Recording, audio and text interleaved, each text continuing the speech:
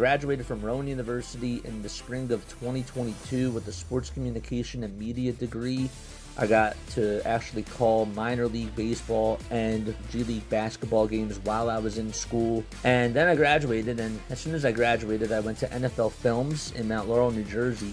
And as much as I loved that experience, I miss putting on the headsets. I decided, you know what, talk is cheap.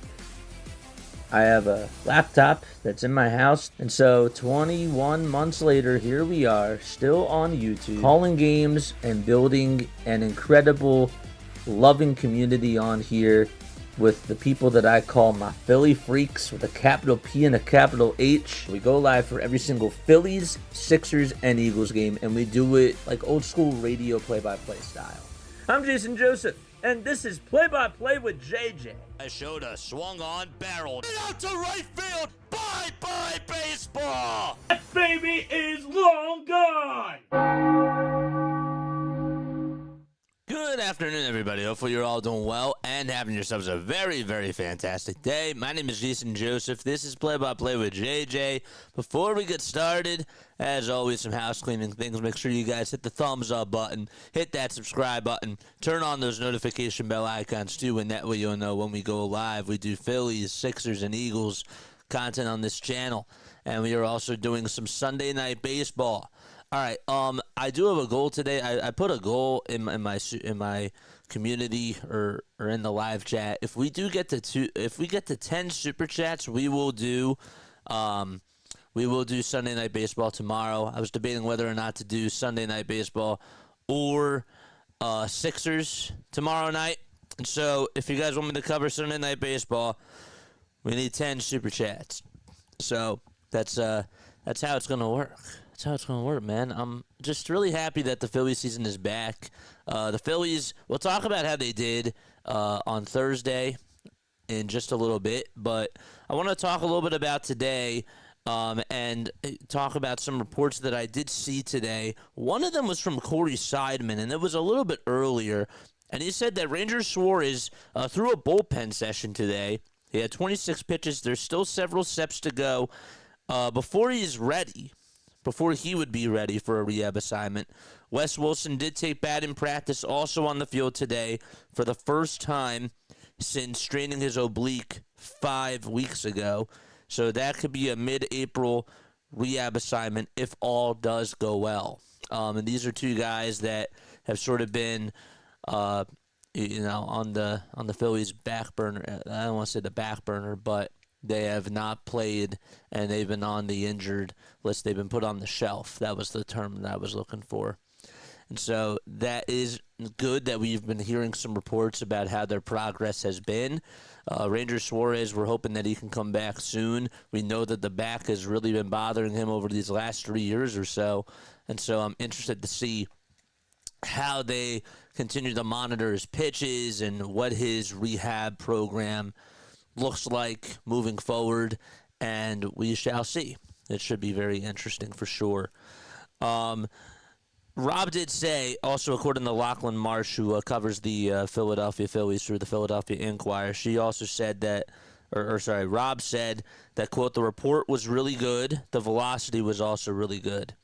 And the Phillies will reassess when he comes in tomorrow. If all goes well, the next step is an up-down bullpen. So it sounds like it's good progress from Ranger Suarez, and I sort of wanted to keep you all in the loop of what we heard before, because that is big news, right? Ranger Suarez makes this starting rotation arguably the best starting rotation in all of baseball, with Wheeler, Nola, Sanchez, Ranger himself, and Jesus Luzardo, who we are going to see out there on the mound today. It's going to be a big outing for him. Luzardo is going to be going up against Jake Irvin. And Luzardo did not have – he had some good outings in spring training, but then he had some really bad outings too. And hopefully today he can provide some really good innings. He can go deep and, give you 6 strong innings today. I think if he gives you 6 innings and he allows 2 earned runs and 4 hits or something along those lines, that's a good day for Jesus Luzardo. This is his first time where he's not going to be the ace of a rotation, and he is more so going to be used as a 5 whole type of a guy who has a ceiling of being a very good pitcher in baseball. Last year he did not have a good year, but the Phillies wanted to take a chance on him. Low risk, high reward type of a guy, and hopefully he has a good outing today. The other news that we have to talk about as well is that Trey Turner was a late scratch in today's lineup. He was dealing with back spasms. Wanted to make sure I had that correctly. Wanted to make sure that I said that. A low back spasm, that's what it was. And so they put Edmundo Sosa in over at shortstop. And, we'll go over the lineups in just a little bit. Hello, everybody. Thank you all so much for tuning on in. I really appreciate that. Asia is here. We have a very nice crowd today. Mark is also here as well. We're going to do something a little bit different today, okay? I want to try to see if we can implement this during the season. And so bear with me just a little bit. So if you guys did not get to watch the first game of the season, well, this is what we're going to do. We are going to do a recap of what happened. So enjoy this right now. Where is it? Okay. All right. Well, the Phillies, they had an interesting day out at Nationals Park for sure to start off the regular season. And they got the W at the end of the day. But it wasn't all rosy. But we do have highlights from Game 1 that I did want to play for you all. Zach Wheeler did get the start on the bump and ended up facing Mackenzie Gore. It was a pitching duel between the both pitchers, but every time Zach was called out there on the mound, he stepped right onto the hill, and he just quieted the Washington Nationals. 3-2 pitch. Swing and a miss. He struck him out. 1-2 pitch on the way. Swing and a miss. Another strikeout by Wheeler. 0-2 pitch on the way. Another swing and a miss. 4 strikeouts by Wheeler. Keep racking them up, baby. The 1-2 pitch on the way. Swing and a miss. Got him anyways. And he strikes out the side. 2-2 delivery on the way. And there's a called strike 3. And the 1-2 delivery on the way. Swing and a miss. 7 strikeouts for Wheeler. Wheeler was absolutely magnificent, and he mowed down hitters left and right. 6 innings, 2 hits, 8 strikeouts, 2 walks also allowed. Keibert Ruiz was the only one who was able to sort of just have his number throughout the day. He had a single that was back in the 3rd, and then in the 5th inning, he ended up doing a little bit of damage. 2 balls, 2 strikes. The payoff pitch from Wheeler on the way, and there's a fly ball hit out over towards deep right field. It's carrying, it's going back towards the track, and into the bullpen it goes. And so Keibert Ruiz puts up a very good professional at-bat against Zach Wheeler and puts the Nationals on the board 1-0. And the pitch, to be honest with you, was not even a bad pitch. It was inside. And it was a little bit inside. But that's how they got on the board 1-0. The Phillies offense, on the other hand, was just absolutely frigid against Mackenzie Gore, who actually ended up striking out 13 Phillies batters in just 6 innings. It was ridiculous, and only surrendered 1 hit, no walks, no runs. But once Dave Martinez pulled him, it was jailbreak time for the Philadelphia Phillies, as they were able to come on the board in the top of the 7th, and the party did start with Bryce Harper. 1 out, and the pitch to Bryce. In the air. Hit out over towards deep right center field. It's carrying. It's going back towards the track. Tie game! Bryce Harper ties this baby up!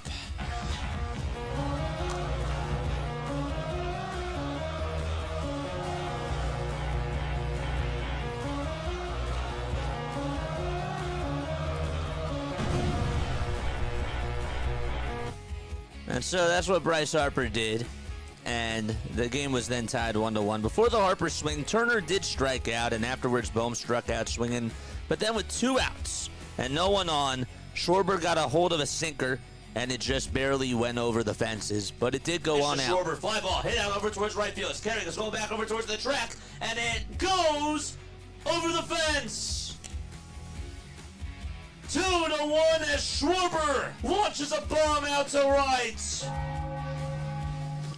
That was a pretty good swing by Kyle, not going to lie. Orion Kirkland would then get into a little bit of trouble after allowing 2 blue base hits and some really bad defense out there as well. But Orion did get out of the inning unscathed. The Phillies would then get a leadoff double from Max Kepler in the top of the 8th, followed by a single from Nick Castellanos. Got a little dicey, though, but when it was when both Stott and Marsh did strike out. But then the Phillies were able to add another insurance run right as Trey Turner stepped up to the plate.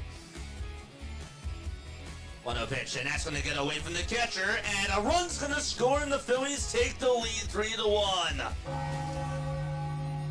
They add on to their lead, and Kepler is able to score. And going over to second base right now for the Phillies is Nick Castellanos. That's how we get a run, so we'll take that. That would be the Phillies' lone run of the inning, and you thought maybe it would be smooth sailing from there on out. Unfortunately, that was not the case. Jordan Romano would make his Phillies debut, and he would then walk Dylan Cruz, and then he hit Jacob Young with no one out. And they would do a double steal, and the Nats would end up cutting the deficit 3-2. Romano gets set the belts, kicks, delivers, ground ball, hit over towards first base. Harper tags first base, and a run will score. So it is an RBI ground out. The runner from second does go on over to third, and it's now 3-2 Phillies. So that would make it 3-2. Romano did get a huge strikeout versus James Wood, but the damage was not done. Okay, Luis Garcia Jr. did have a huge at-bat and pretty much just said, hold on 1 second, Philadelphia. And he tied the knot. Romano with 23 pitches in this inning. Can he get out of the jam? The 2-2 pitch. Line drive. Hit out over towards center field. Marsh is on the run. He can't make the catch, and this game is tied. It's an RBI single. And it's back to a brand new ball game. 3-3 in the bottom of the 8th as Garcia gets it off the end of the bat, sends it out to center, and makes good contact with the baseball. So Romano got tied up a little bit, but the good news was that he was actually able to get Josh Bell to ground out to second, and the 8th inning finally did come to an end. The Phillies did have a huge opportunity to get the lead back in the 9th inning with bases loaded and with 2 outs, as the Nationals closer Kyle Finnegan did step on in. But Stott was in the box, and after the Phillies challenged a pitch, which a lot of people thought ended up hitting Bryson Stott, they would then lose that challenge, and the at-bat would continue. Stott did work his way up to a 3-2 count, but then would swing at ball 4, and he flied out into center field to end the inning. Still knotted up, though, 3-3. The Nationals had a chance to walk it off in the bottom of the 9th, but Jose Alvarado, man, who had an unbelievable spring training, was lights out in that 9th inning, and he threw a ton of gas. We're in the bottom of the 9th. Alvarado gonna pitch. Low is in the box. Alvarado kicks and fires the pitch. Swing and a miss. 101 on the radar gun for Alvy. The payoff pitch to DeJong. Strike 3 called on the inside corner at 101. Filthy Alvarado is back. 1 ball, 1 strike. Alvy kicks and fires the pitch. Ground ball hit over towards shortstop. Turner has it. Throws it on the run over to first. And we're going to extras. We head to the top of the 10th. And we are tied 3-3. And we got some free baseball out of this. The 10th inning was, again, shaky, even with the zombie runner. Harper did have a big walk with 2 outs. And Colin Poche did end up coming on in to pitch and had nothing. He didn't want to have anything to do with Bryce Harper. The question was, could Alec Bohm rise up to the occasion? And the answer to that question ended up being yes. So we got 2 outs here in the top of the 10th. And 2 runners on. Bohm is in the box. The pitch to Bohm. Line drive. Hit out to left center field. And that's going to go all the way over towards the wall. Stott will score. Harper's rounding third. And he will come in to score as well. Alec Bohm with a 2-run double.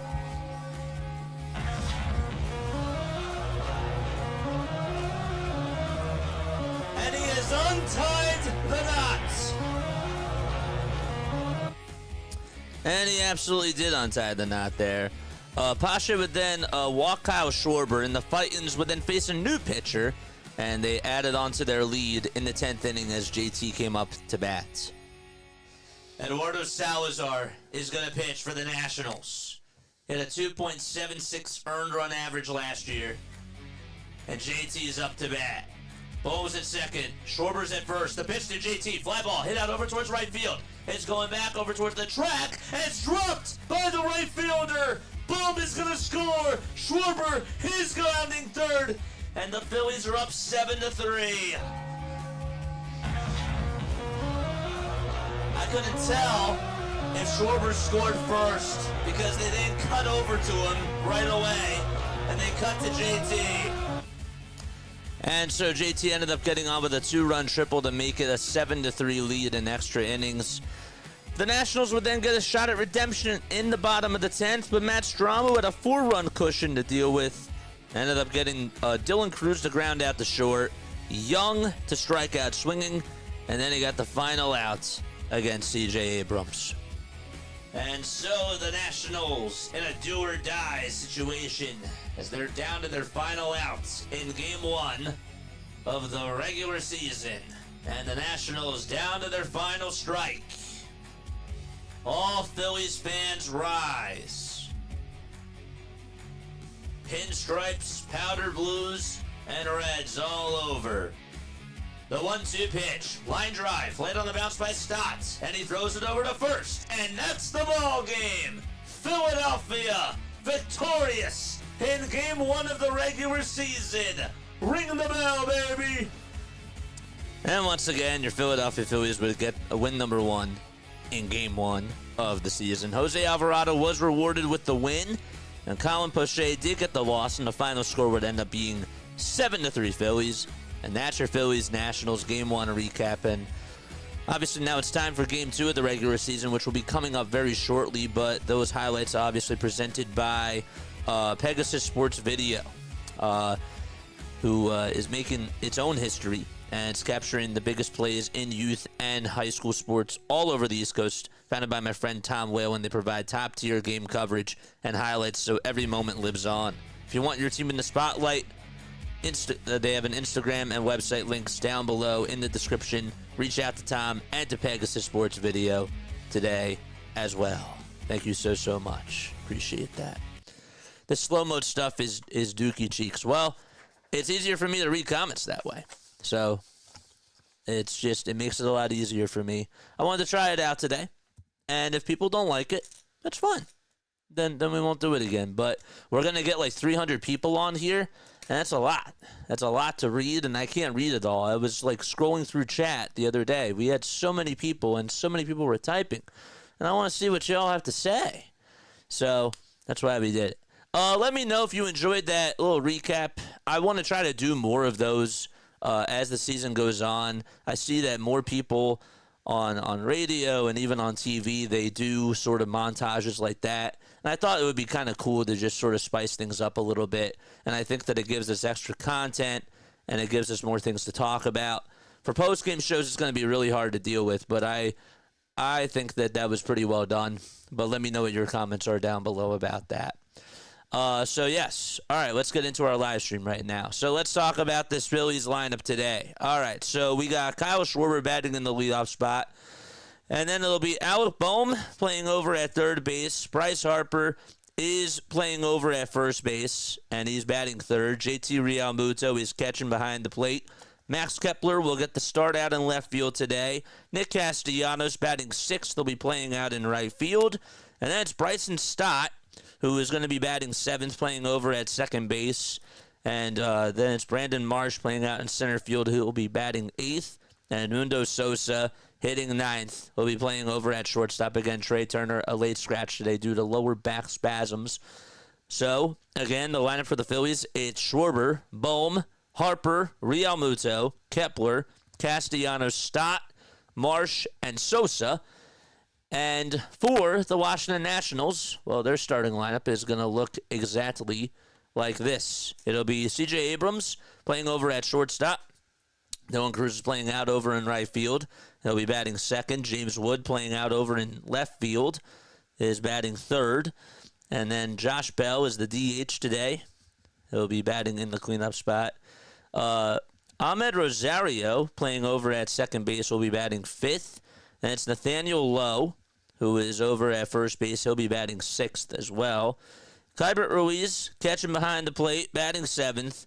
Paul DeJong, hitting over at third base. He'll be batting eighth. And then Jacob Young, who is the center fielder, will be batting ninth.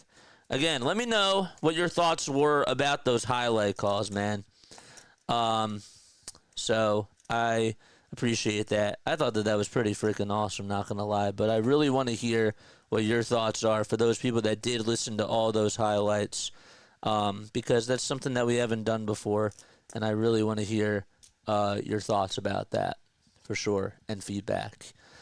Jesus Luzardo is going to be on the mound today, and he'll be going up against Jake Irvin. That's going to be the pitcher for the Washington Nationals. Irvin last year had a 10-14 record, along with a 4.41 ERA and 156 strikeouts, too, along with a 1.20 whip. He's now 28 years old. He's from Bloomington, Minnesota. He definitely struggled against the Phillies last year. Last time he actually faced the Phillies, which was obviously back in 2024. He went 4 1/3. It was the final outing that he had in the regular season, and also allowed 6 earned runs, 5 hits, 3 walks, and 3 strikeouts as well.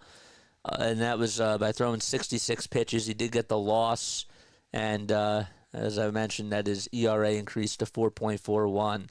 Again, let me know what your thoughts were about the highlight calls. Didn't really see a lot of people commenting on it, so I really want to hear what your feedback is on that, because that was the first time that we did that. And for those of you that missed it, we're going to try it again as the week goes on. Where is our box score? There it is. Okay.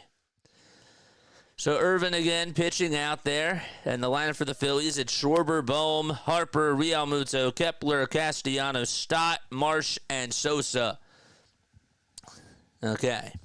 So Irvin is out there on the bump, 156 strikeouts and 187.2 innings of work. Tell us again how we did on those highlights. Let's go.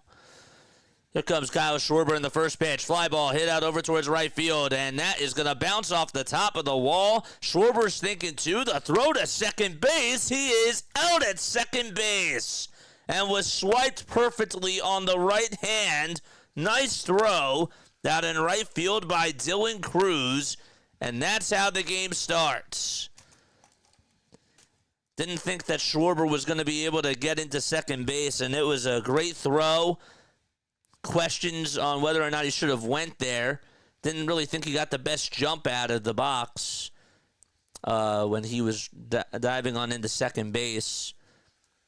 But Schwarber, that's on with a single, and then he was out at second base trying to extend it into a double. Mark says, good job. All right, cool. Thanks. Thought that was pretty cool. Should we do more of those? Should we try to do some more of those? Again, it takes time, but I think that it's an interesting element for sure. Love the highlight recap, man. Thank you. I really appreciate that. I wanted to hear honest feedback about it, because I think that it adds another element to this, you know? And it makes it even more professional. No balls, 1 strike, the pitch. And that is taken for strike 2. If you guys missed the highlight recap, we did a little highlight recap from game 1. We did that during the pregame show, and so later on, if you want to go back to it and listen to it and give me some feedback on whether or not we should do that again, I would really appreciate that. I played some of my highlight clips. I had a little music bed underneath.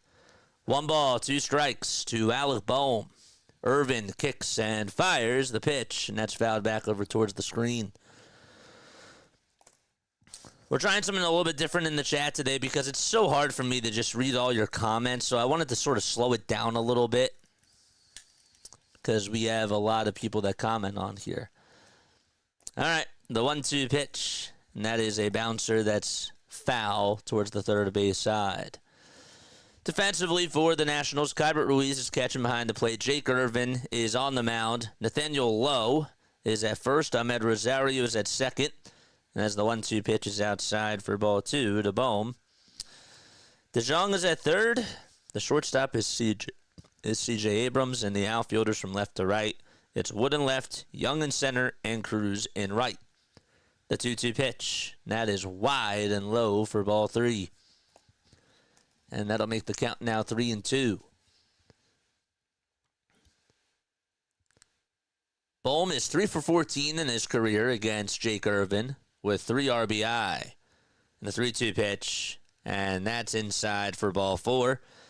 And Bohm gets on with a walk.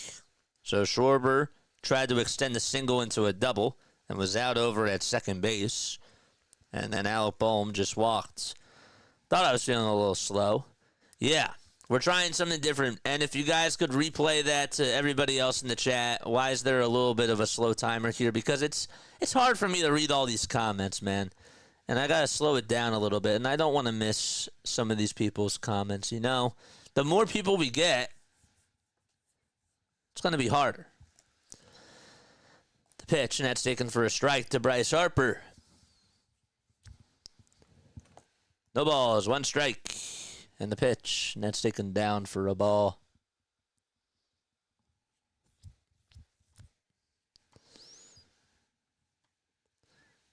One ball, 1 strike to Bryce Harper.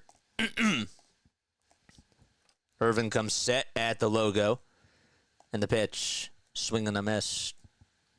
And the count is now 1-2. You need a co-host, JJ. Why is that? Doesn't sound good? What's up? 1-2 pitch, and that's grounded foul. We get the hint, JJ.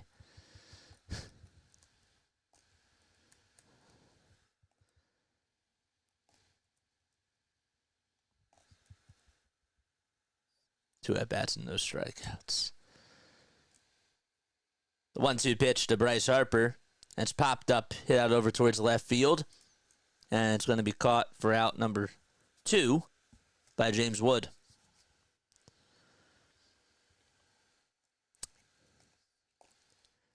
Irvin with a 4-seamer, a curveball, a sinker, a cutter, a changeup, and a slider. Those are the 6 types of pitches. Oh, so they can feed you chat lines. Oh, I got you. Your co-host, yeah. Anybody want to do it? I don't have a studio. I got to pay for one. Pitch, and that's taken for a strike. I don't have the money for that. It's not in my budget. No balls, 1 strike. And the pitch, and that's outside for a ball. So I'm stuck doing 7 jobs.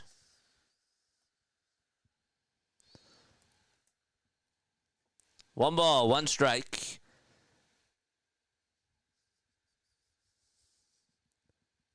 Two outs, top of the first.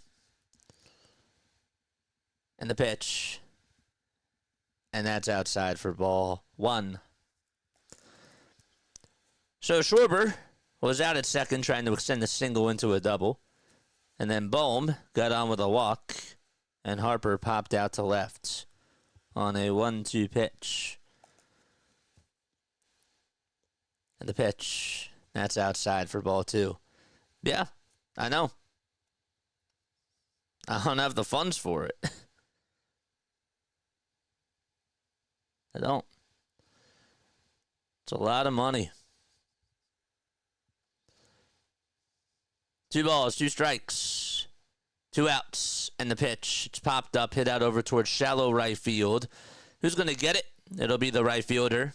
And there is out number 3. And so the inning is over. 2 base runners, 1 hit.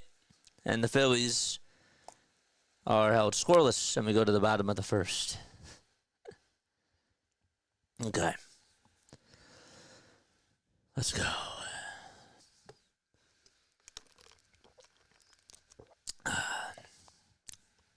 I'm happy that YouTube has this feature, man. Because I want to read everything. Let's go, Phillies. Let's go, JJ. What's going on, man? How are you? How are you? What's going on? We're going to the bottom of the first. Nationals are coming up to bat. Again, for those of you that didn't tune into the little highlight reel earlier that I did during the pregame show, if you could go back to that, like sometime, could be after the stream, I would really appreciate it because I really want to hear your feedback on it. Maybe what I'll do is I'll post a video about it.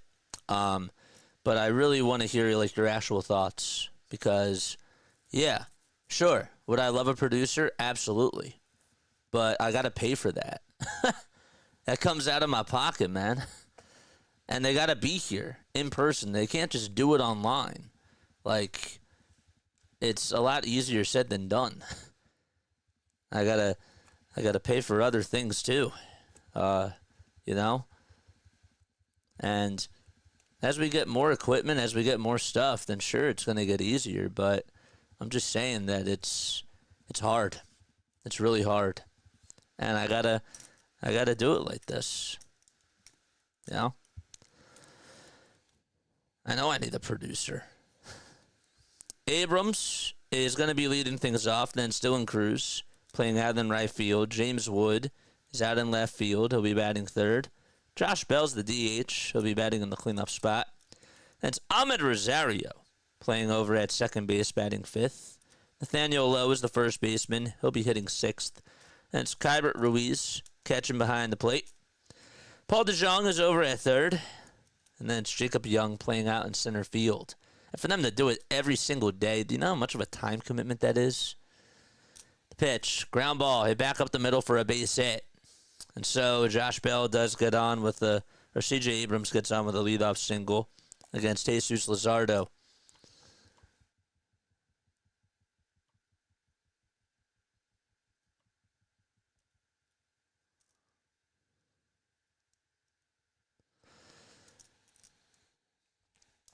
So there's a leadoff single by C.J. Abrams, and Dylan Cruz is going to be coming on up to bat in the pitch, and that's taken down low. What's up, Tony? Thanks so much for stopping by, man.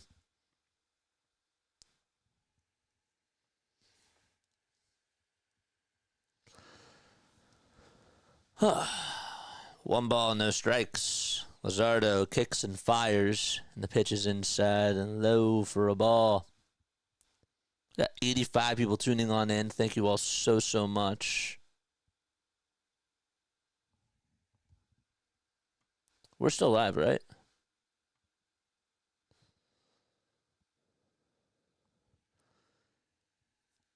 Two 2-0 is the count.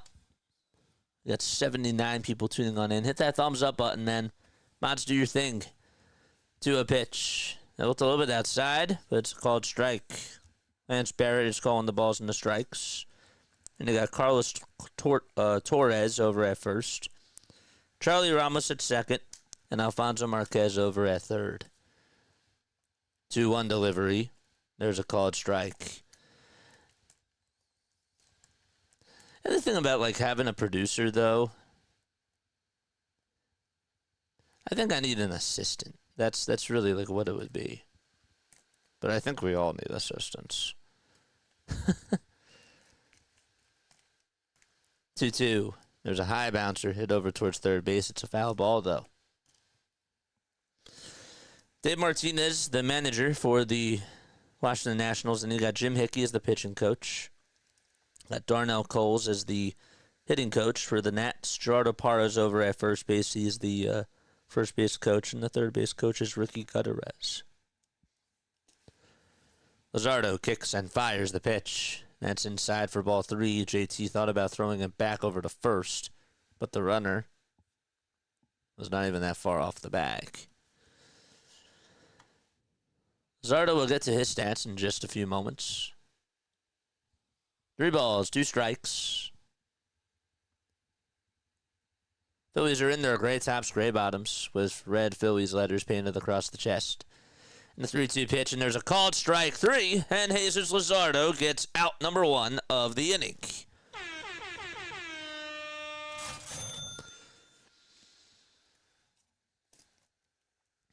So there's a strikeout, and it was to Dylan Cruz. That reached 98 miles per hour on the inside corner, and it was a pretty good pitch. So now it's James Wood, who will step on into the batter's box. White batting gloves. Bat above his shoulder. And the pitch is low and away for a ball. 110 people tuning on in. Make sure you guys hit the thumbs up button. Sit back, relax, and enjoy the game. We go live for every single Phillies, Sixers, and Eagles game. We'll also do Sunday Night Baseball tomorrow. If we do get up to 10 Super Chats today, we'll do it over the Sixers game tomorrow night. The pitch. Now it's a 1-ball, 1-strike count.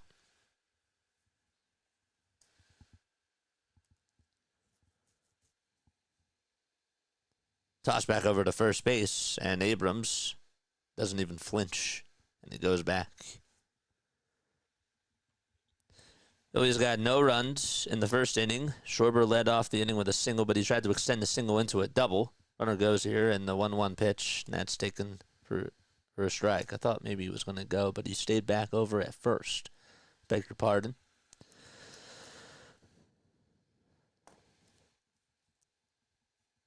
Luzardo lifetime against the Nats, 1-3 in 7 games.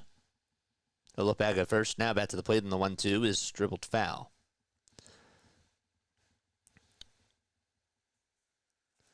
So Abrams got on with a single on the very first pitch of the inning.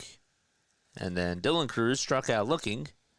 Wood is now in the box. On deck is Josh Bell. Lefty versus lefty. And the 1-2 pitch. And the throw over the second base is going to go off the glove of Edmundo Sosa out over towards right center field. Abrams got a very late read on it and does not go on over to third base. So we have a runner now in scoring position. That should have been called a strike 3, but it was called a ball. And Abrams is pretty fast.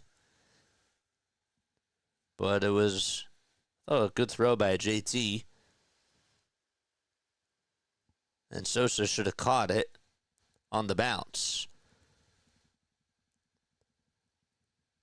And Abrams was just not looking. And he did not go on over to third. He did sell it, though. 2-2, and that's outside for ball 3. Sosa did sell that play. 3-2 delivery, swing and a miss. And there is back-to-back strikeouts for Jesus Luzardo.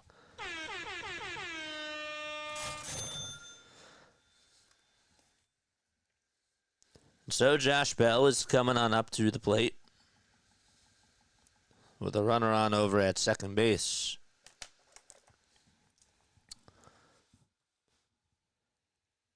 First pitch to Bell. And it's a changeup at 88 miles per hour at the kneecaps for strike 1. Nationals are in their blue tops with a white W logo. And tan bottoms. Toss back over to second base as Abrams was off the bag, but he dives back in there safely.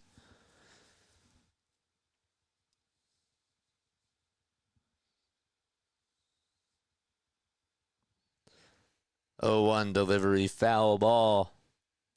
Tip back over towards the screen.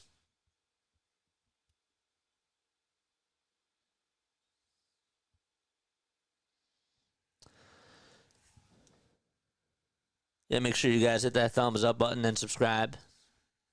If you're just tuning on in. 0-2 pitch, foul ball, hit back over towards the backstop.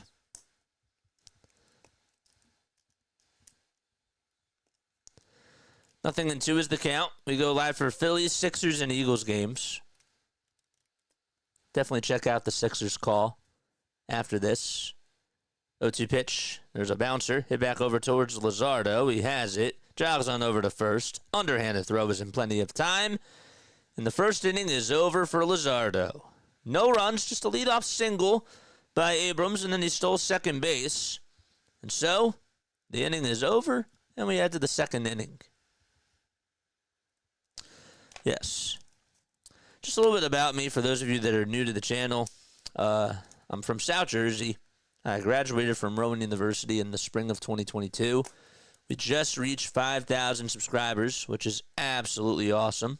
Very, very proud of that for sure.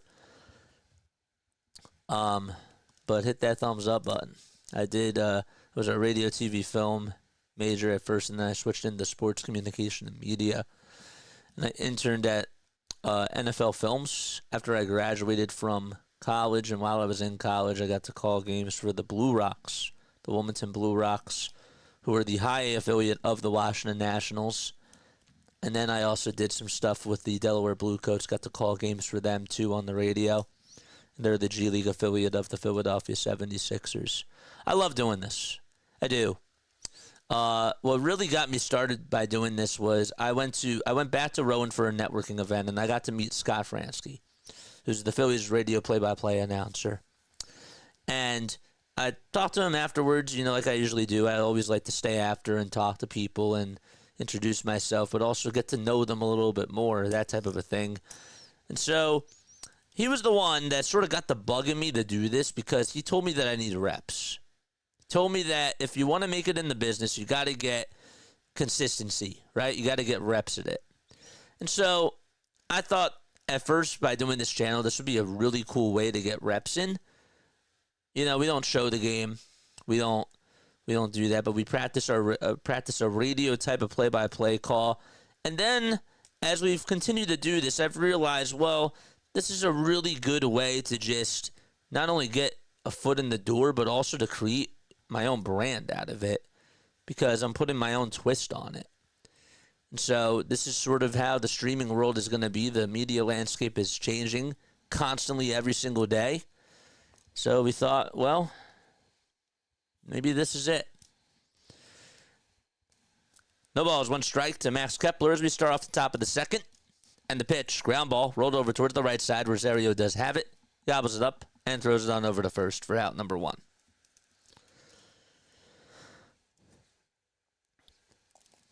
And it's been fun. It's been a lot of fun. We've made a lot of new friends on here. We're trying to expand not just only the Philly sports, but we're also going to be doing some Sunday Night Baseball as well. We want to get more baseball fans on here, more baseball freaks. First pitch to Castellanos, and he skies this one out over towards shallow right field.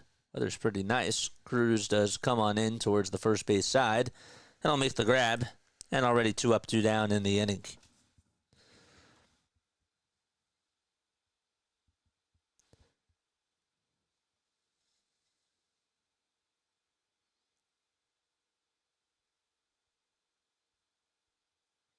What's going on, man? Been here since day one. Yes, sir. The pitch. There's a four-seamer that looked a little bit outside, but it's a called strike anyways. 110 people tuning on in, 49 likes. Let's get to the 300 mark. 0-1 is the count to Bryson Stott.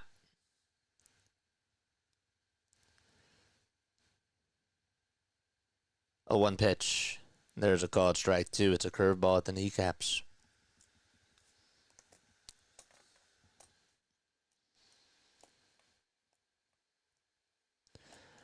Irvin on the bump. Throws the 0-2 wide and high. Phillies money line right now is at it's at minus 130. The over-under is at 7.5 runs. 1-2 delivery, the Stott, and he shoots it foul. Turner again a late scratch today, dealing with lower back spasms. 1 ball, 2 strikes. Irvin comes set and fires the pitch. That's down for ball 2. Stott laid off the curve. Did a pretty good job there.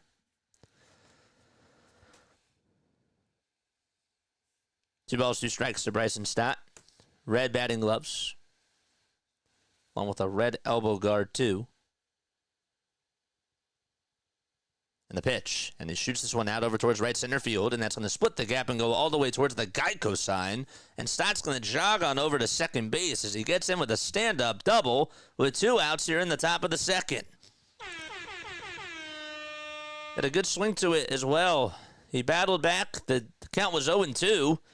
Then he laid off a nice curveball. And then got a pitch that was hanging. It was a four-seamer right down the middle of the plate on the sixth pitch of the at-bat. And took it for a ride out over towards center. So he's on over at second base with a 2-out double.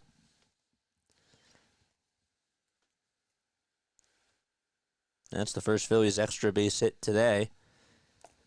Feels like it's their first base runner because Schwarber was out trying to extend a single into a double. The pitch to Marsh, and he stares at strike one. Marsh did struggle in his first game of the regular season. He's back at it today, though. Batting in the 8th spot. And the 0-1 pitch. Line drive down the first base line, and it is a foul ball.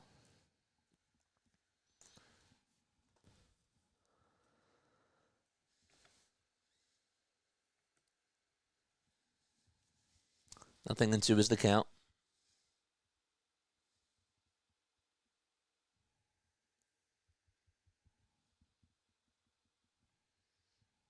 And time called by Marsh. 125 people tuning on in. Make sure you guys hit the thumbs up button and hit that subscribe button as well. Pitch. Line drive caught over at shortstop by C.J. Abrams. He made a leaping catch and robbed Marsh on a base hit. And so the inning is over. We played 1.5 and go to the bottom of the second. Too bad.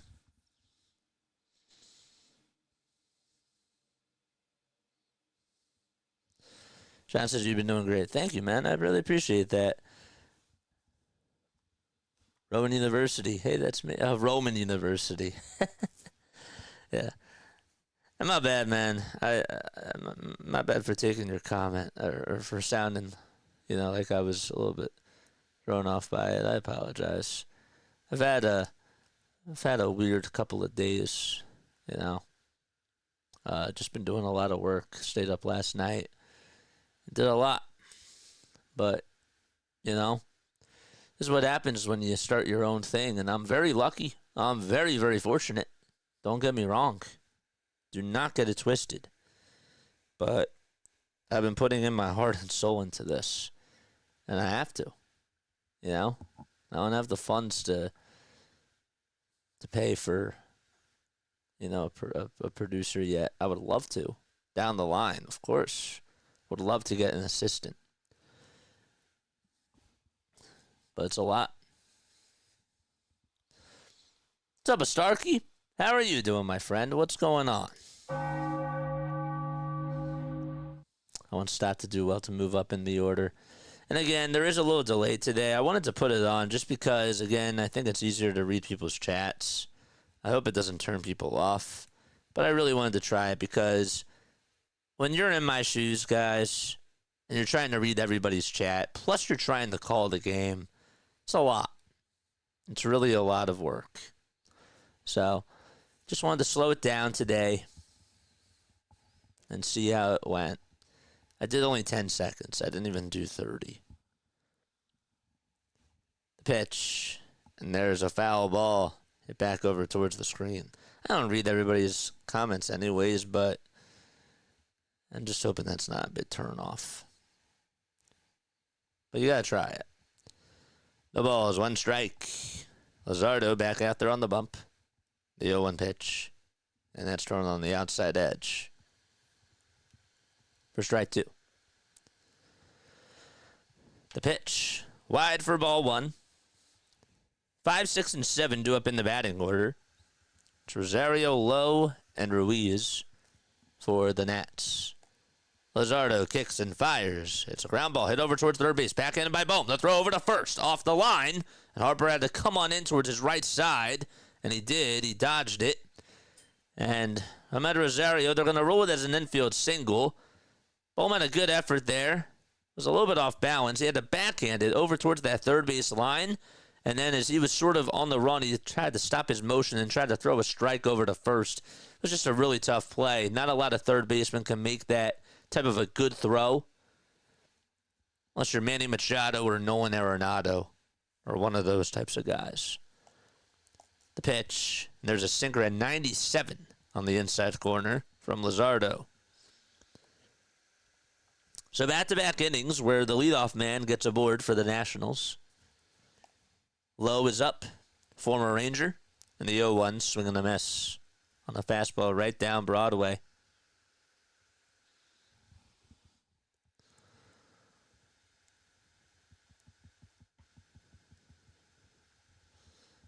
Falco says, I just did something very stupid while making dinner on Twitch.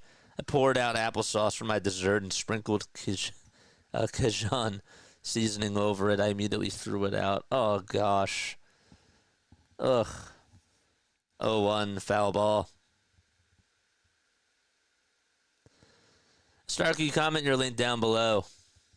And thank you so much to our new subscribers. 0-2 pitch. It's a breaking ball that's in the dirt. And it's a little bit outside as well for a ball.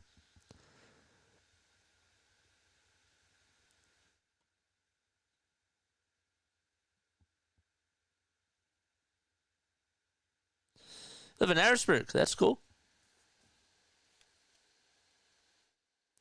1 ball, 2 strikes. Toss back over to first base. Not in time.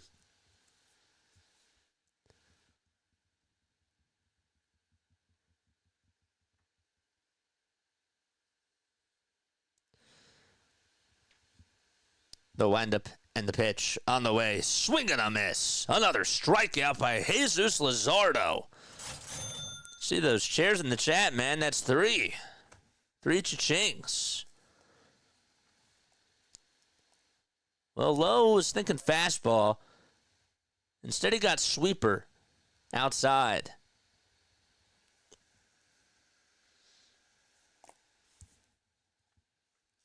Luzardo gets set at the belt and throws the first pitch way off the plate. We need 44 more subs in order for us to get to 5,100 subscribers. It's Keibert Ruiz who's up to bat. Went 2 for 4 in Thursday's game. And the pitch, that is swung on and lifted out over towards deep left field. And into the bullpen it goes. And it's a 2-0 lead as Keibert Ruiz picks up right where he left off. It goes 414 feet. And Luzardo throws a mistake. And the Nationals are on the board.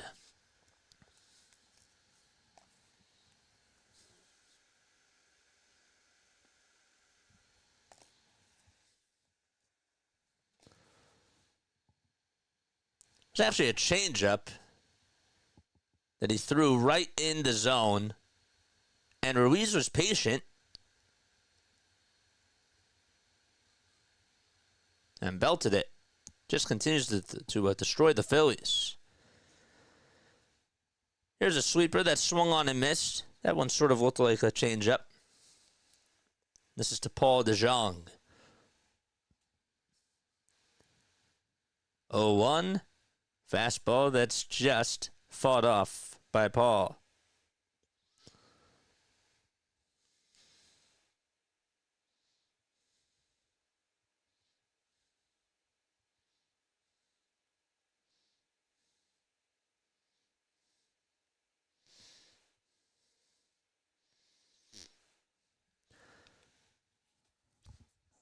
One ball, 2 strikes.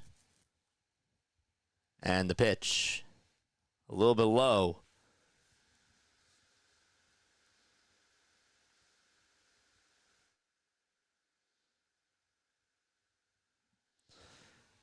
Two balls, 2 strikes. And the next pitch on the way, swing and a miss. 4 strikeouts by Jesus Luzardo as he goes with a slider in the dirt.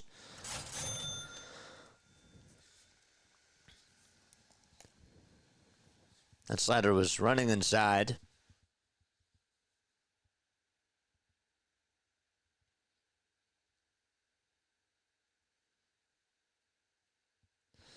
So there's 2 away. Nobody on.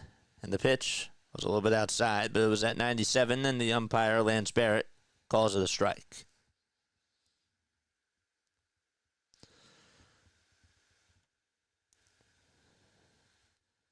Oh, 1. That's in the dirt for a ball.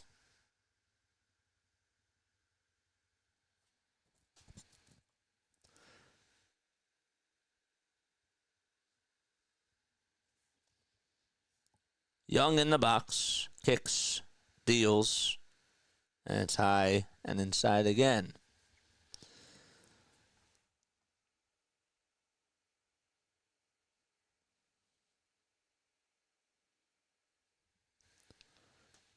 The pitch, downstairs.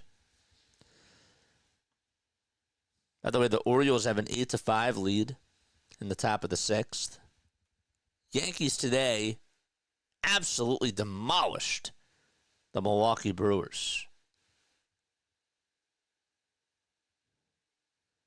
And the pitch.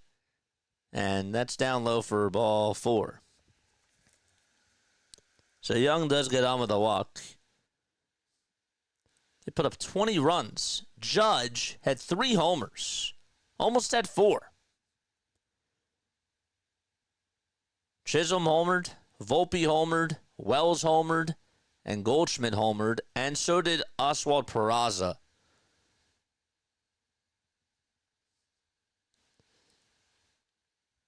(20-9) final score. The pitch to Abrams downstairs. Abrams did single to start off the bottom of the first. And the 1-0 delivery is on the inside corner for a called strike.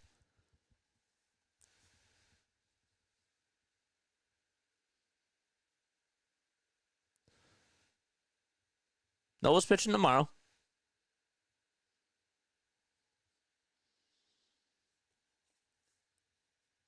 One ball, one strike, 2 outs, bottom of the second.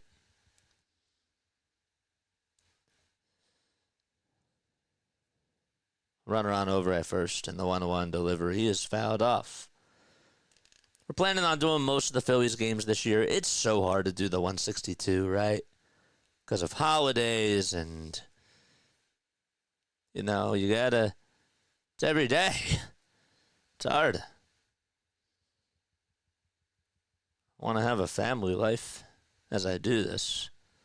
And the 1-2 delivery is swung on and missed. And so Luzardo gets another strikeout. That's 5 for him. He does strike out the side. However, Keibert Ruiz does hit a 2-run homer and puts the Nationals up 2-0 as we head to the 3rd inning.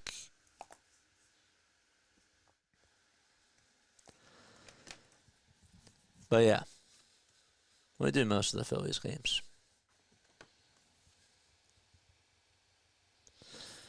These are the Nationals' City Connect uniforms for today's game that they are wearing.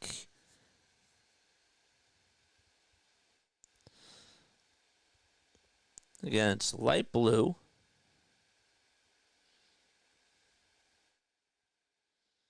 They're interesting. I can't pull up a picture as I do it, but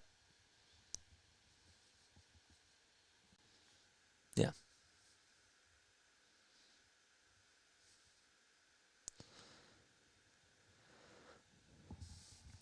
So in case you are just tuning on in, the Nationals lead 2-0 off of Jesus Luzardo, who just threw one hiccup, and it was just the 2-run homer. It was a changeup that Ruiz just absolutely scorched out over towards left. So it's 2-0 Nats. We go to the top of the 3rd.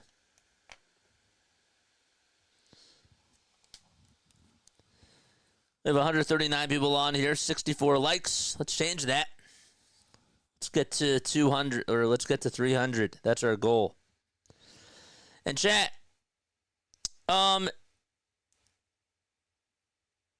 what do you think about Jesus Luzardo as a starter? I know that he's not, this is just his first game. I saw a comment that he's now Taijuan Walker 2.0. Give me a thumbs up or a thumbs down if you agree or disagree with that right now. The ball is 1 strike. And the pitch, ground ball, hit over towards third base, scooped up, and the throw over to first in plenty of time. It was on a 0-1 pitch. Kyle Schwarber's going to come on up to the plate.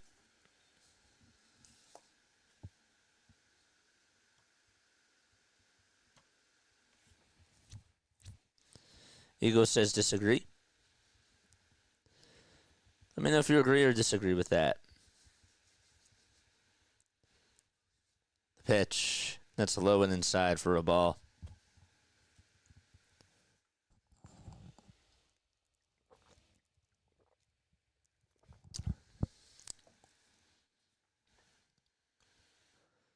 We do Phillies, Sixers, and Eagles games. And the 1-0 pitch. That's inside and low for ball 2.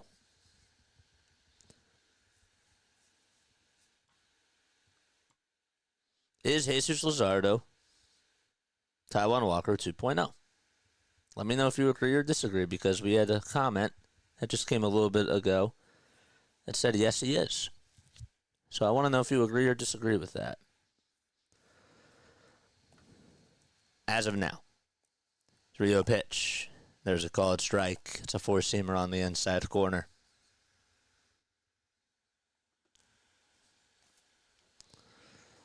Two nothing Nats. Top of the third. Phillies are up to bat. And the 3-1 pitch to Schwarber. He looks at a curveball that ends up going over towards the kneecaps for strike 2. Jake Irvin is on the hill. Nationals have their City Connect uniforms.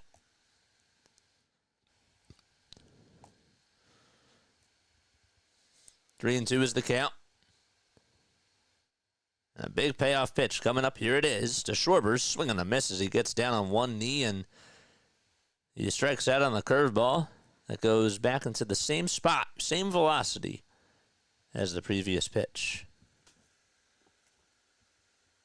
So back-to-back strikeouts. I was thinking he was going to go curveball. Got 136 people tuning on in. Let's get that like number up, man. Pitch on the way, and that's outside for ball 1 to Alec Bohm. Let's go, baby. Charge! Irvin kicks, deals, throws it outside, and the count is 2-0.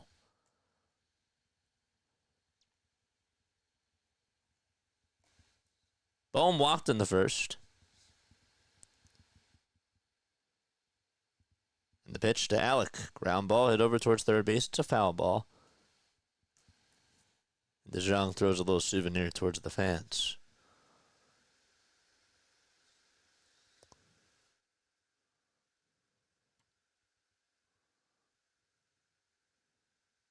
I'm with you, Larry.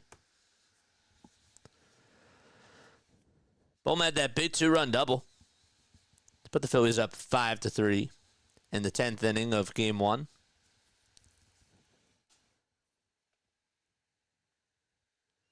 Two balls, one strike. The next pitch off the plate for ball 3. It's a curveball.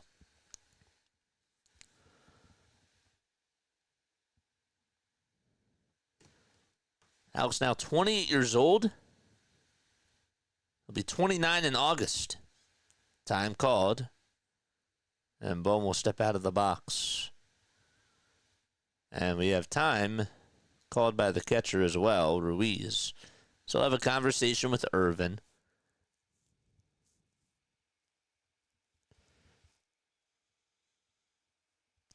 Bohm last year had a .280 average, along with 15 homers and 97 RBI, which tied his previous season. He had 97 in 2023.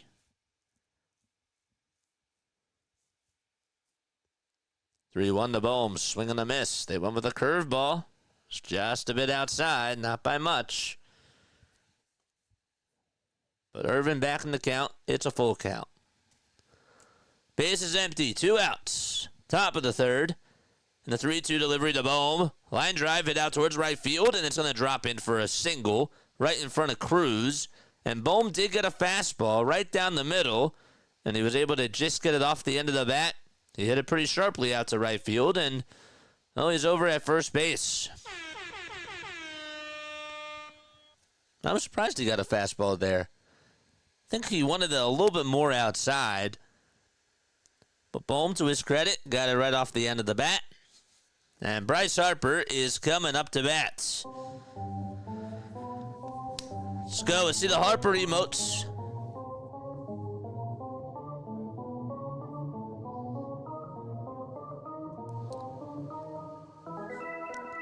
George! The pitch. Swing and a miss. Harper flied out in the first. Really should have just been called a pop out. 0-1 pitch. Outside and low for ball one. 1 ball, 1 strike. Bohm does lead off over at first. Irvin comes set at the letters, and the 1-1 pitch. Ground ball hit over towards the right side. Second baseman gobbles it up, throws it on over to first. They played Harper to pull, and that was the right move. And Harper grounds out to end the inning. So, no runs, just a 2-out single by Bohm, and that's all she wrote here in the top of the third. We head to the bottom of the third.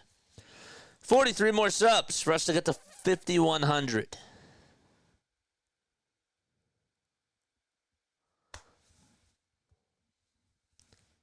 Bohm's looking good so far. It's a smile. Let's go.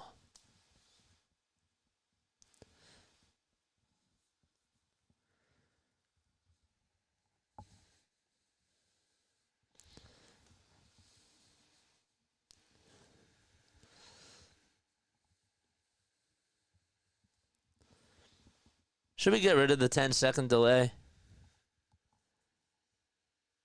Just out of curiosity. Should we get rid of it? I wanted to try it. I know that when we get more people on here, it's going to be tough.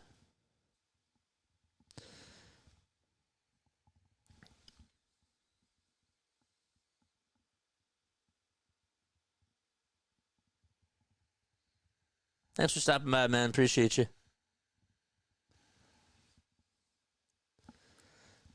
Mark says no. Gabe says yes. Delay is annoying, to be honest. It's easier for me to read your comments, though. Larry says it isn't bothering me at all. Okay.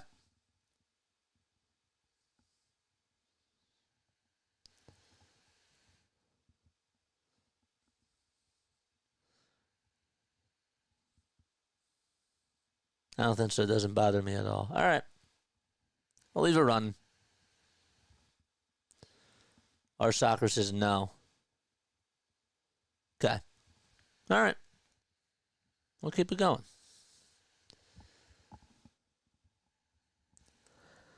Ugh. Tired of the spam, though. I'll tell you that. The pitch, that's outside for a ball. But it's also doesn't allow for spoilers. 1 ball, no strikes. And the pitch from Luzardo is upstairs for ball 2.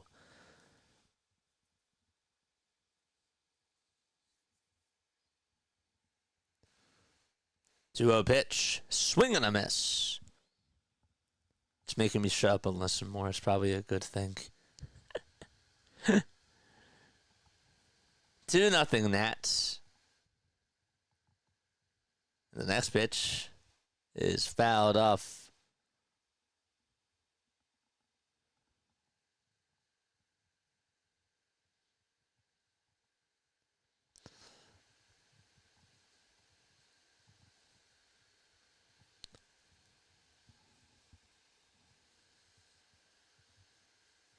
Two-two pitch, and there's another called strike 3 from Luzardo. 6 strikeouts for Jesus. See 6 chairs.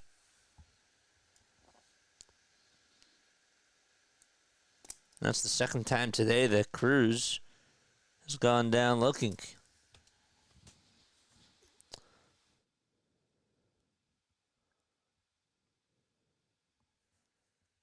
The pitch. There's another called strike. No balls, 1 strike.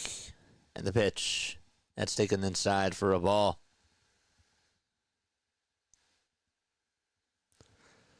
So the Nationals lead at 2-0. They got a 2-run homer from Keibert Ruiz. And the 1-1 delivery, swing and a miss from James Wood.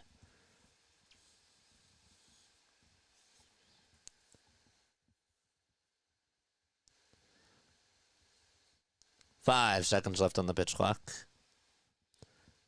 And the 1-2 is up high, and it bounces off the glove of JT. And hits the net.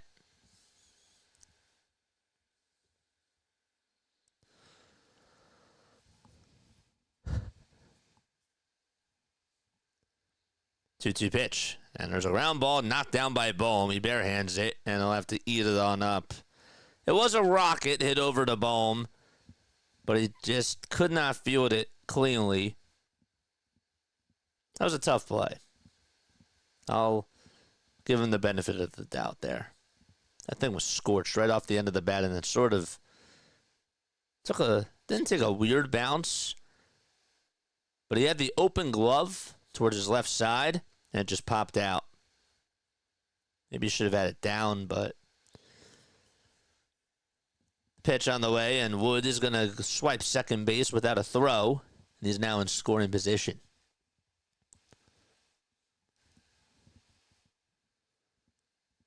The ball is one strike, and the pitch to Josh Bell is swung on and missed. Hit that subscribe button, man. We need 42 more subs for us to get to 5,100. Let's get there. Let's do it.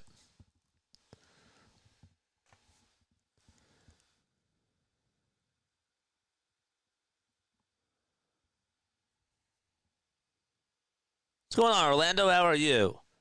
0-1 pitch, popped up, hit out over towards shallow right field. Stott is going to call off Harper, and he just makes the catch. Almost collided with each other. That got a little scary, but Stott did make the grab, and Harper shares a little laugh with Bryson.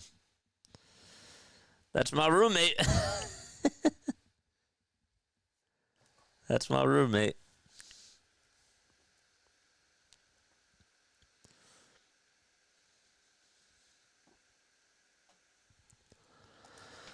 Two nothing Nationals.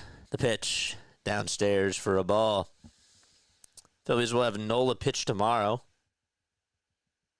Ahmed Rosario is in the box. It's 1-for-1. And the 1-0 pitch, swing and a miss.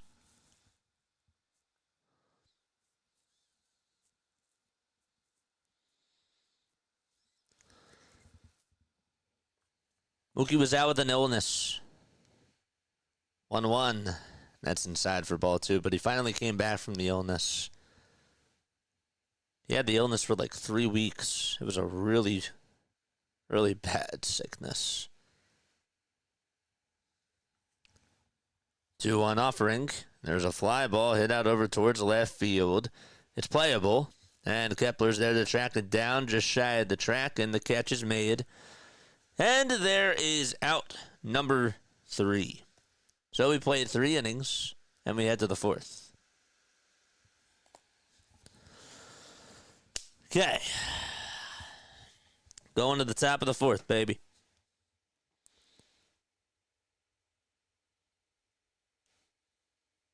Nestor Cortez left Yankee Stadium without speaking to the media.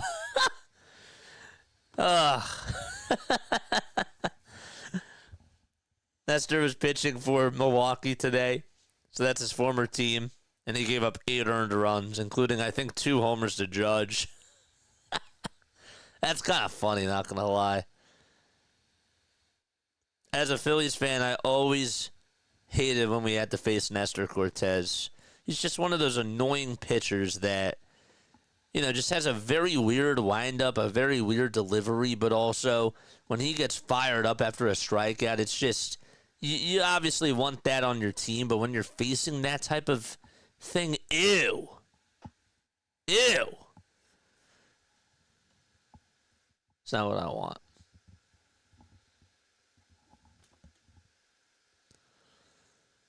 Let's go. The Detroit LA series has been good. Yeah. Mookie's pitch was actually not even a bad pitch. Or sorry, it was a bad pitch to swing at, and he still homered. Those are the types of hitters that the Dodgers have. When you can swing at a bad pitch that's going into the dirt and you can homer, your team is pretty stacked when you have 5 of those types of guys.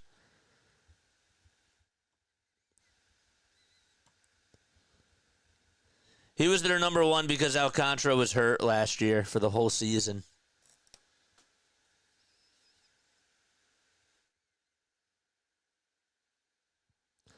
Here comes JT Realmuto to the plate. In the first pitch, he takes it wide from Jake Irvin. Don't think that the shadows are a factor today. It's not that sunny out, but it's a nice day. 1-0 pitch. There's a strike. It's a changeup at the kneecaps. 42 more subs for us to get to 5,100. Make sure you guys do that. 1-1. Wide and high for ball 2.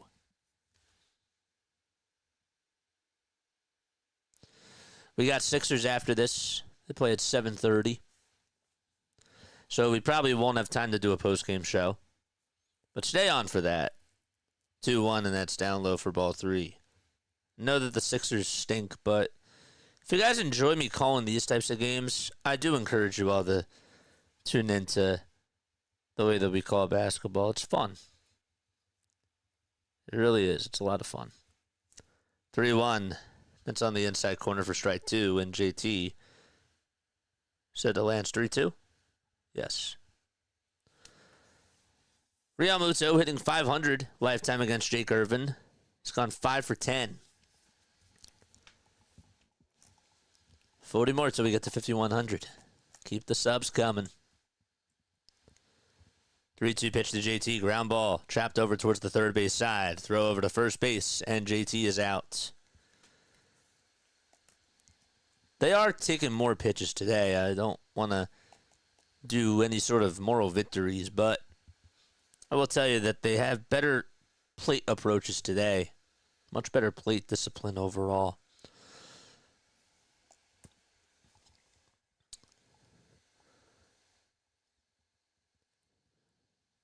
Kepler will come on in, and the pitch, he pops it up over towards the third base side, and it's not playable.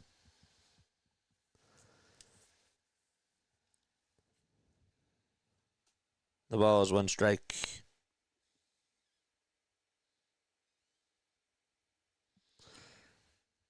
Oh, 1 pitch. Swing and a miss. The fastball was a little bit high.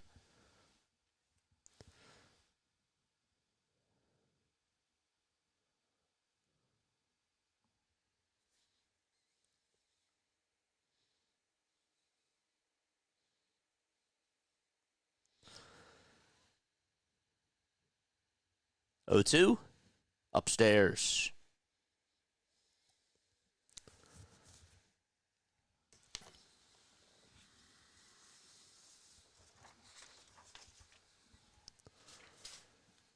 One ball, 2 strikes. And Kepler lays off the 1-2 as it's high again.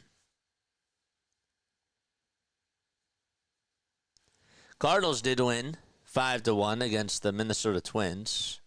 Angels pitched a 1-0 shutout to the White Sox. The 2-2, and that's outside for ball 3. Who pitched in that game? Soriano went 7 innings, gave up 2 hits, no runs, and had 5 Ks.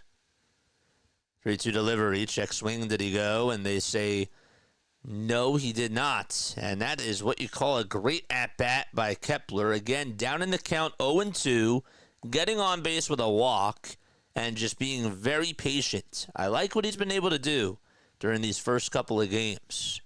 He had a walk, and he had a double in the last game. So, with 1 out, Phillies have a base runner, and Castellanos is up to bat. First pitch to Nick, and he stares at the sinker right at the kneecaps for strike 1. White Sox did win the first game of the Angels series 8-1. today. They could not get runs on the board. 0-1 to Casty. Ground ball hit over towards the second base side. They won't have a throw over to short, but the throw over to first to get the easy out is in plenty of time. And there's 2 away.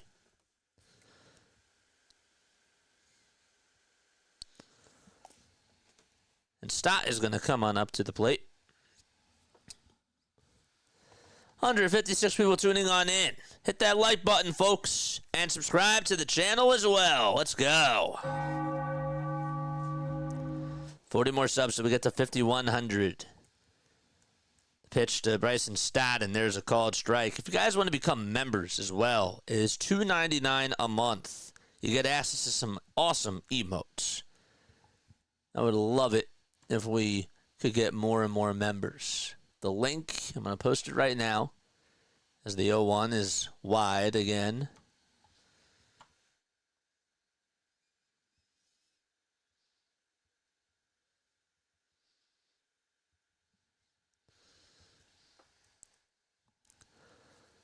One ball, one strike. And the pitch to Stott is down for a ball. Almost got away from Ruiz. Actually did, but not too far.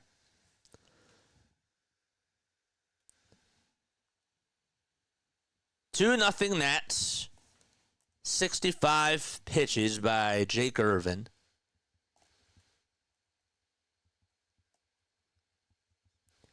A base hit could cut the deficit in half.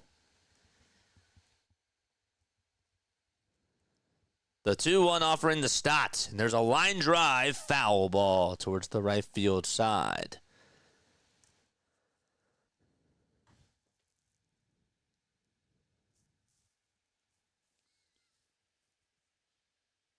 Memberships are here. Thank you.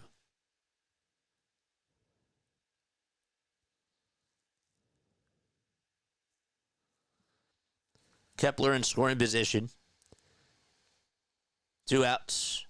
And time called.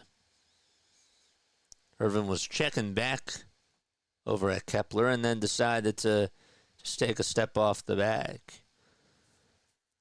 Get into his head. 2 balls, 2 strikes. Look back at second again. Now back to the plate, and the pitch to Stott. He pops it up. It's a foul ball. Get out of play. And it does.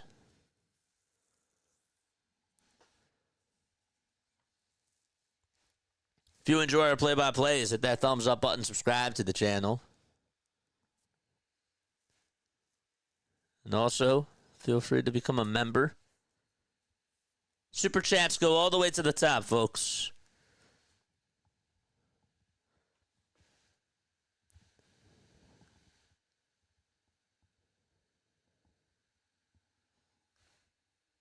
Five seconds left on the pitch clock. And the pitch to Stott. Here it is. Fly ball hit out over towards right field. And that's going into the bullpen. It's a home run by Stott. It just got on out of here. Tie game 2-2. What a swing.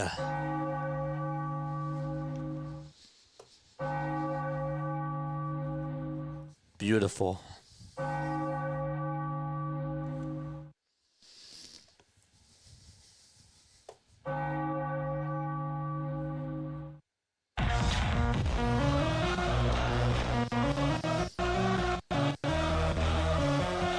That was nice.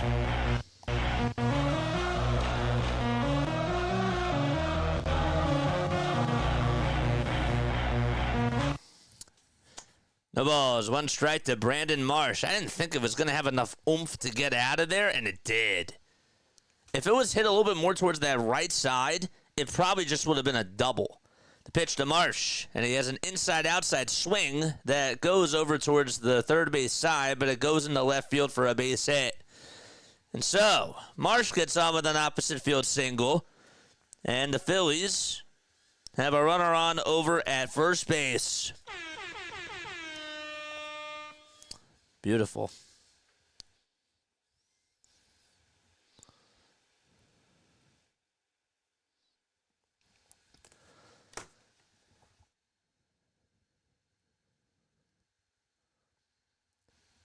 pitch. And that is low and outside for a ball.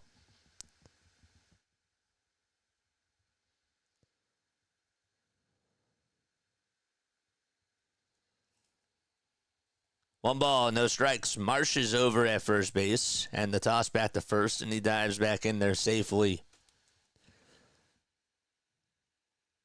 That swing by Stott was beautiful.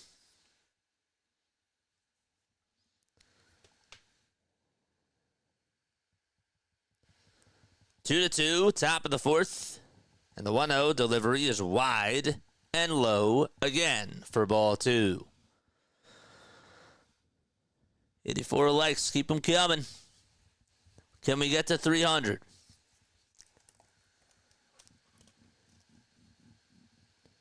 Irvin kicks, deals the pitch, swing and a miss. Sosa got fooled on the curveball.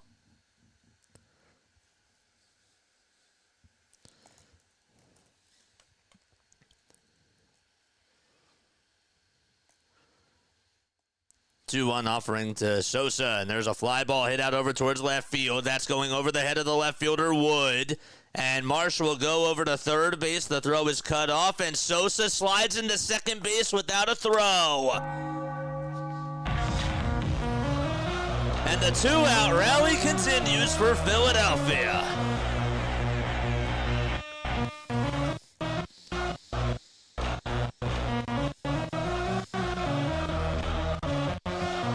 Let's go.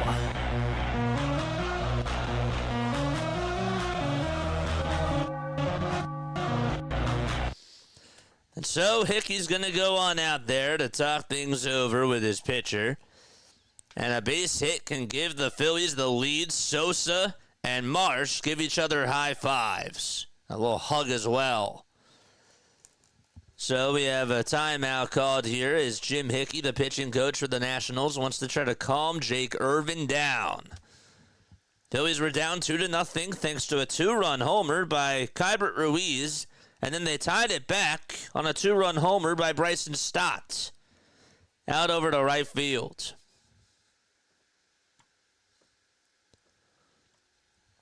And so, up to bat now is Kyle Schwarber with runners on at second and third, and we have two guys getting warmed up in the bullpen. And so Schwarber will make his way into the box. And the pitch to Kyle is in there for a called strike. It was a changeup. That was not his pitch. It was on the upper third of the zone.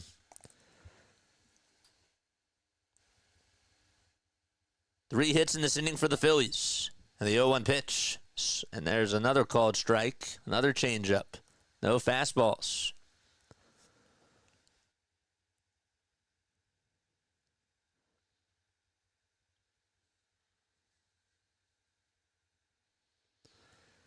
Schwarber last season hit .328 with two outs and with runners in scoring position. And the 0-2 to Kyle. It's inside and low for ball one.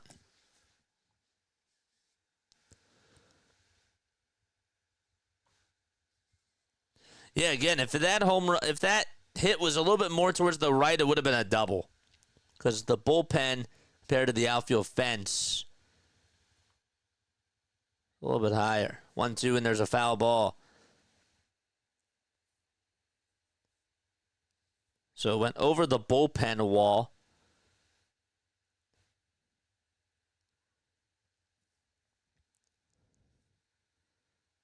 One, two, the Schwarber swing and a miss. Got a curveball on the outside edge. And Schwarber has done a bad job against the curveball today. The Phillies do tie it up as Bryson Stott hammers a two-run homer out to right field. And we head to the bottom of the fourth. Folks, it is time now for On This Day in Phillies History.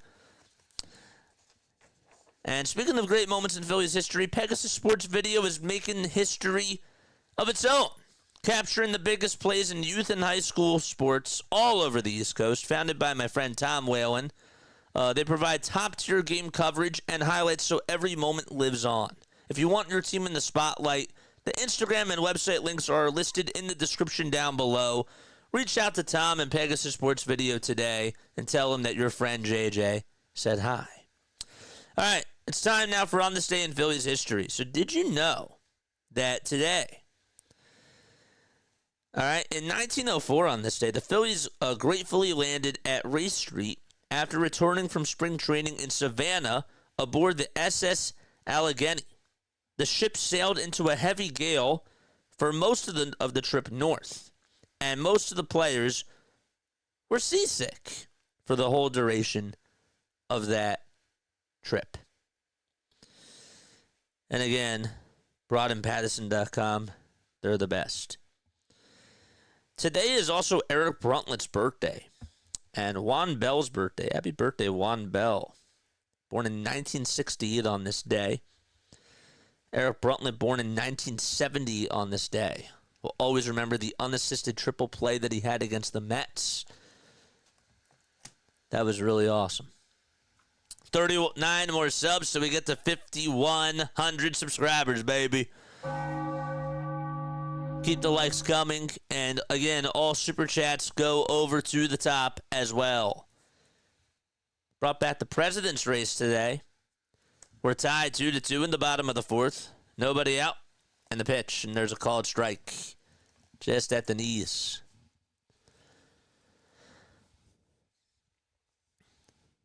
The ball is one strike. Luzardo kicks and fires the pitch. Swing and a miss at 96 miles per hour.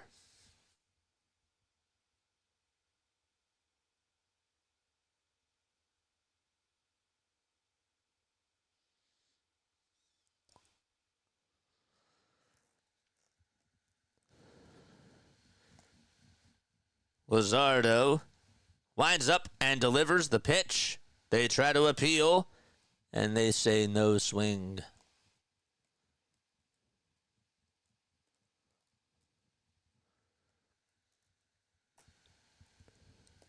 One-two delivery, another foul ball, and it goes out of play.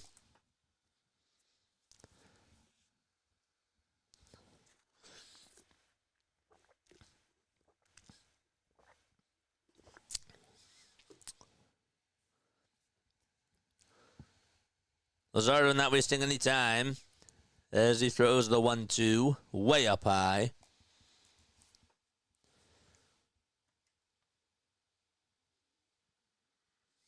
For a spaceship. 2-2. There's a foul ball.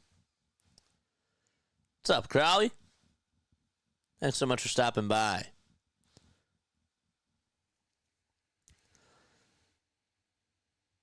The pitch on the way, another swing and a miss by Jesus Luzardo, and Lowe goes fishing after a breaking ball.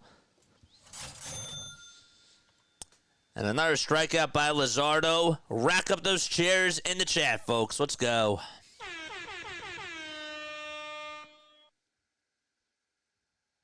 It's been pretty efficient today.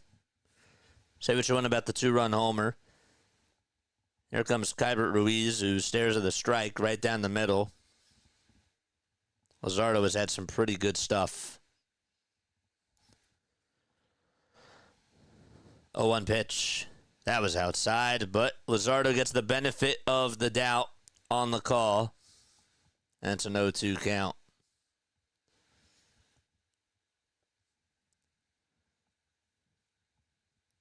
And the next pitch. And they call that a ball. It's weird, though, because on ESPN's pitch tracks, they said it caught the outside corner. 1-2 pitch. And Ruiz takes a hack at it and slices it foul.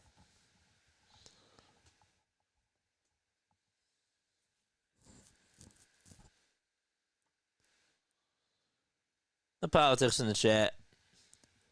1-2 pitch on the way. Another swing and a miss. And Luzardo has the hot hand. Give him now 8 strikeouts. The Mackenzie Gore syndrome belongs to Jesus Luzardo today. Don't know where that came from, but I like that a lot. The pitch to DeJong, and there's a sweeper that's at the kneecaps for strike one.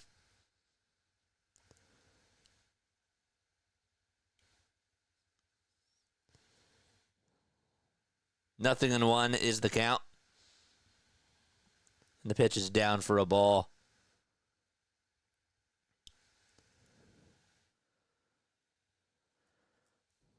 We're knotted up at 2 apiece. And the 1-1 delivery is a changeup that is just fouled. All Super Chats do go over to the top. Memberships are also $2.99 a month, folks.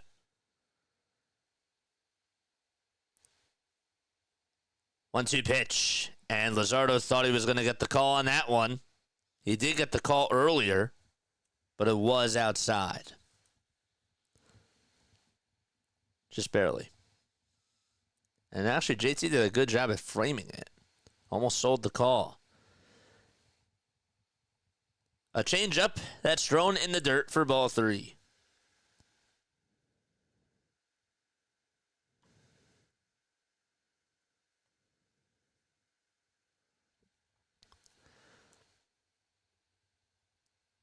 Three-two delivery, and that's high for ball 4.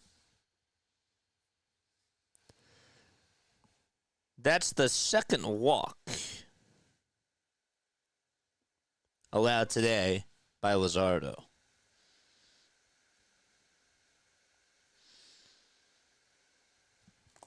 Don't get complacent here.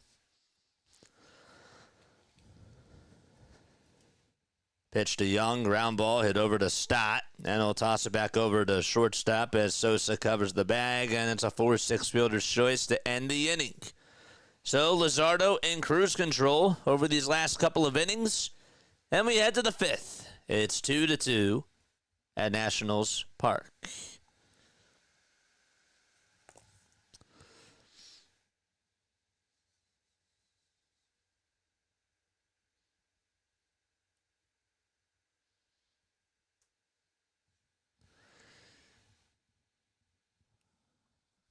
$183 people tuning on in. Ooh, it's great.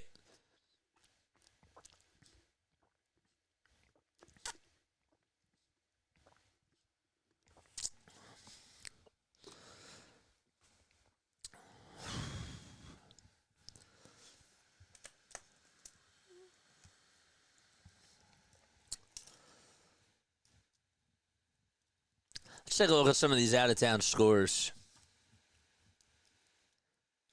Actually, before we do that, letter grades on this game so far, overall, from the Phillies. Let's take a moment in time and talk about letter grades now that we're at the halfway point.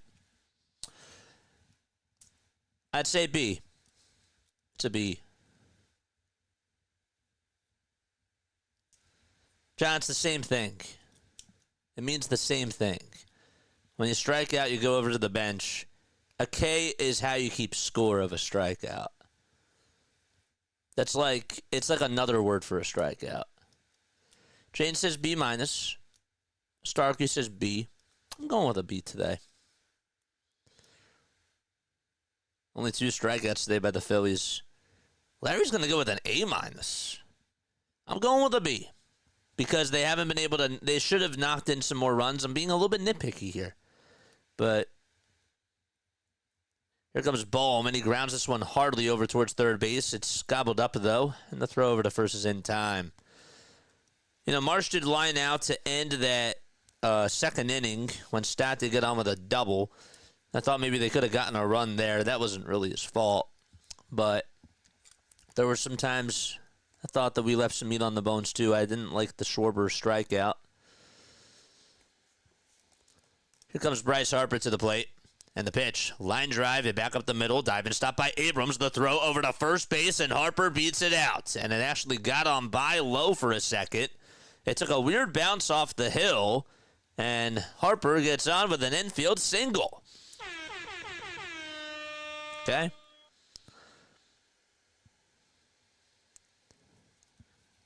Actually, it was a line drive, excuse me. It got right by Irvin, and he just was a little bit late at trying to put the glove on it. But Harper did hustle, to his credit. Abrams made a bang-bang play.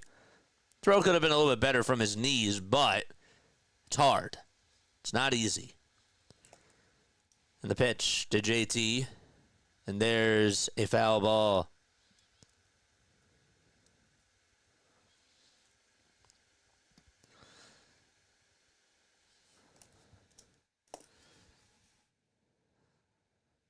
The ball is one strike to realmuto in the pitch, and that is scorched over towards third base again. The throw over the second. There's one. The throw to first, and there's a double play. So the Phillies have been hitting the ball hard today, and in that inning, they hit the ball hard just right over at the wrong guys. And it's a 5-4-3 double play to end the inning. Around the horn we go. And it's the bottom of the fifth, coming on up.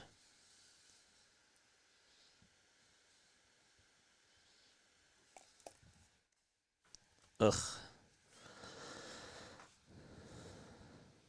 Again, we're hitting the ball hard. I just want the results.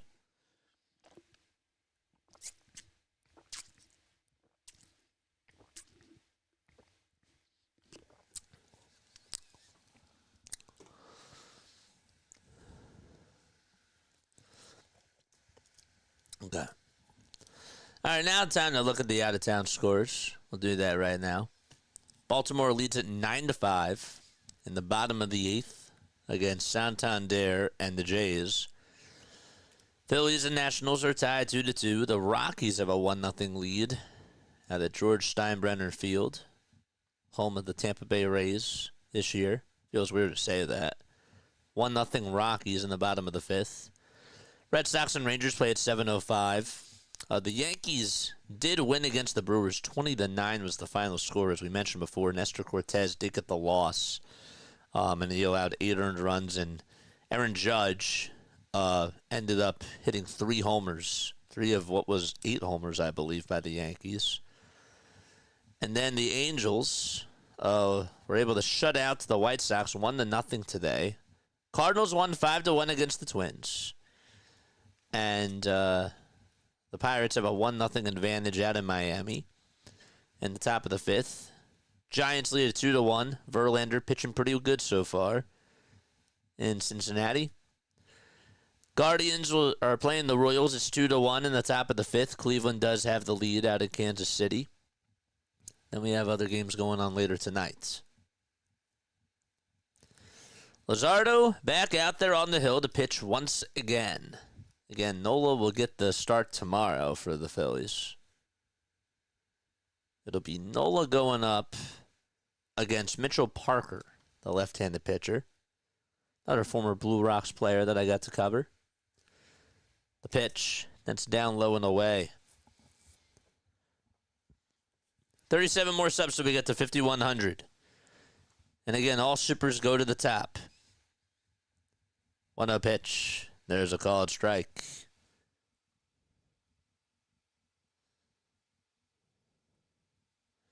Max is here. What's up, Max?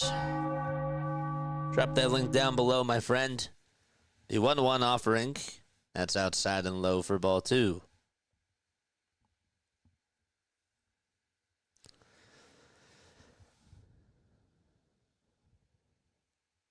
And the next pitch, grounded foul off the foot of C.J. Abrams.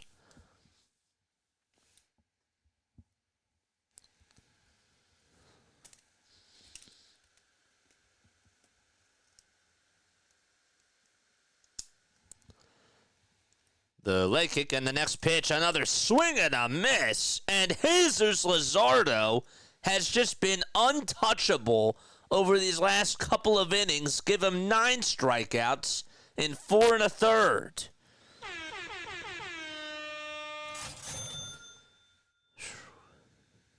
Told you he has that Mackenzie Gore syndrome today. The pitch, and that's painted perfectly at the kneecaps for strike 1 at 97 miles per hour. That's the second time that Abrams has struck out swinging today. 0-1 delivery and another called strike. He is painting those corners perfectly, and he is hot. He does have 86 pitches. It's 0-2, though. Hopefully he can go one more inning. Luzardo kicks, fires again. The pitch, swing and a miss. Good morning, good afternoon, and good night to Dylan Cruz.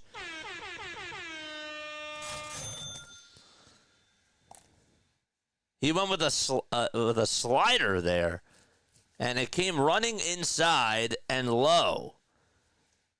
And it looks good to swing at, too. Here comes James Wood to the plate, and the first pitch is grounded foul. He's getting ahead in the zone early on in counts.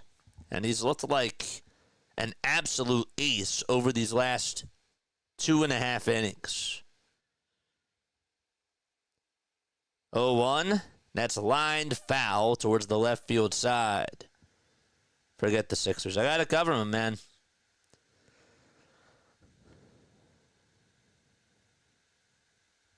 Y'all think he's Taijuan Walker?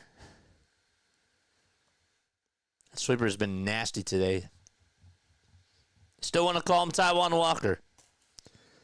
0-2 pitch. There's a fly ball hit out over towards left field, and that's going to hit off the top of the wall. Kepler does play it on the bounce. The throw over the second base is not in time, and Wood does get on with a 2-out double.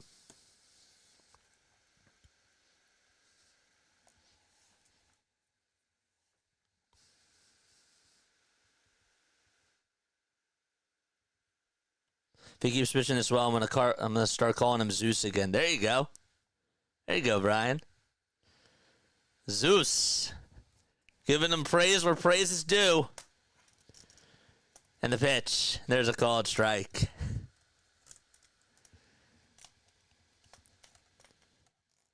think Wood's gonna have a really good year. Josh Bell in the box. And the pitch is down and away. Luzardo today has gotten 14 swings between the sweeper and slider and has generated 9 whiffs. 1-1, another swing and a miss. The slider and the sweeper have been his bread and butter today. Jose Ruiz is warming up in the bullpen. 1 ball, 2 strikes. He'll get set at the belt, and he fires the pitch. Swing and a miss! Luzardo fired up as the inning is over. 11 Ks by Luzardo. It's time to go to the 6th, and we are still tied 2-2. Wow, let's go, baby. Yes! Let's go.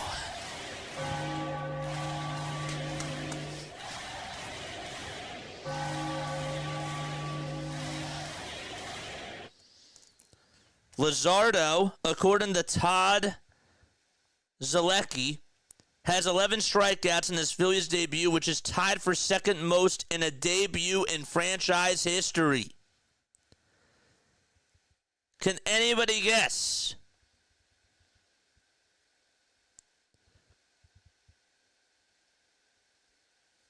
The other two players.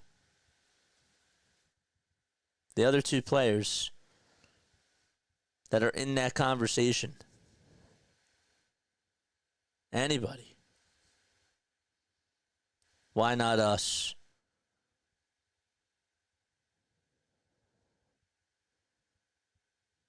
"11 strikeouts isn't bad. 11 strikeouts is really good. You know when the last time we were at 11 strikeouts was? And we were great.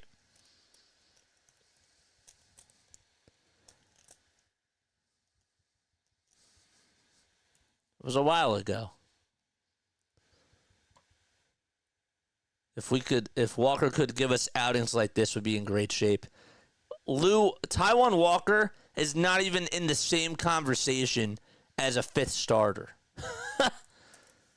Roy Halladay and Steve Carlton, no. Garrett Stevenson had 12 strikeouts on May 13th of 1997. And Jim Bunning, that's who he tied today, had 11 strikeouts on April 15th of 1964. Colin Poche is going to pitch for the Washington Nationals. He gave up the big 2 runs to Bohm in the 10th inning.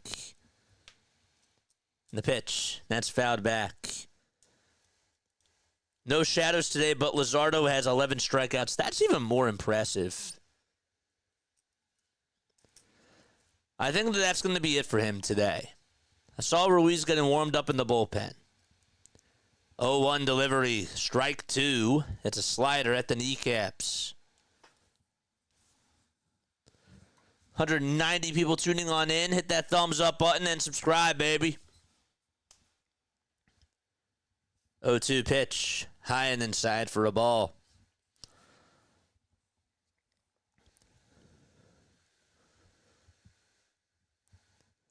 This day is likely done.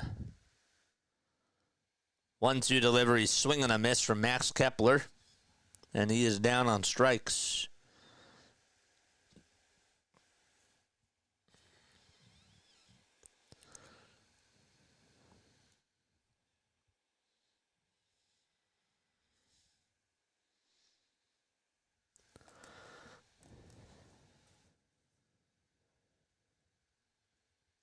Castellanos will step into the box. And the pitch is high for a ball. We got a $2 super chat from Louie.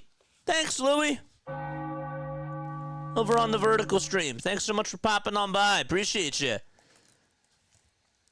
The pitch on the way in. That's up high for ball 2. Again, all super chats go to the top.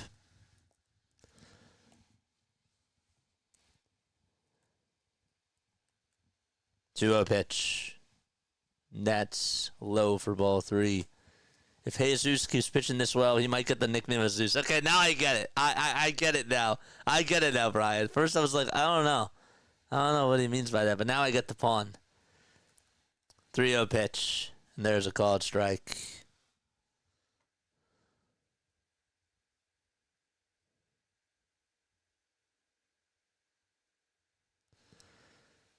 Three-one delivery, and Castellanos takes it for ball 4. And he's on over at first base. Let's go. Give him a 3-0 green light. That's what he probably wanted. And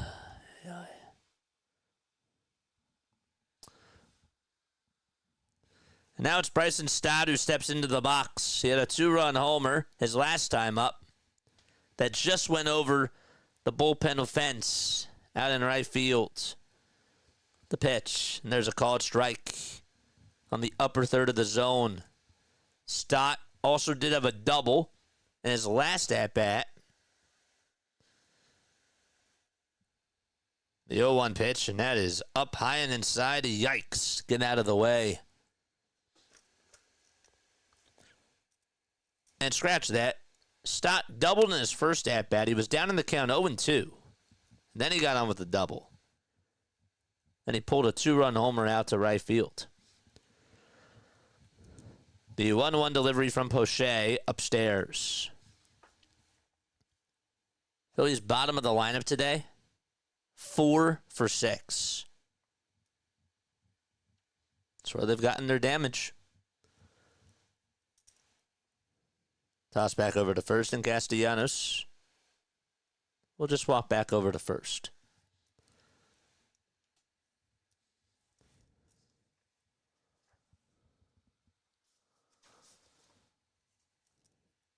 The pitch to Stott, and it looked like it was a strike. Not by much. It was a good pitch, but Poche did not get the call.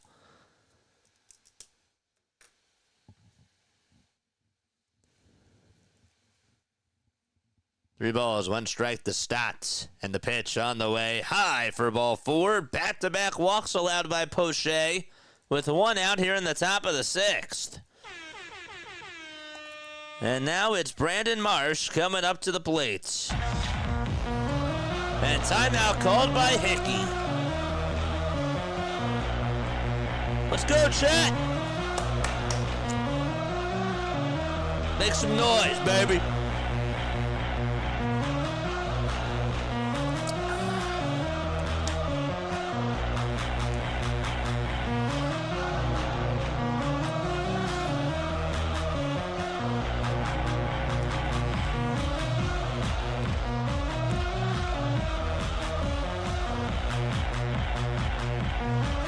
Let's go, baby.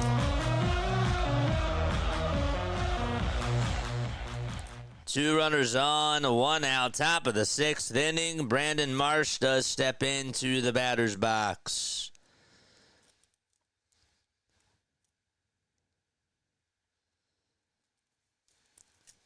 Big spot for Marsh here.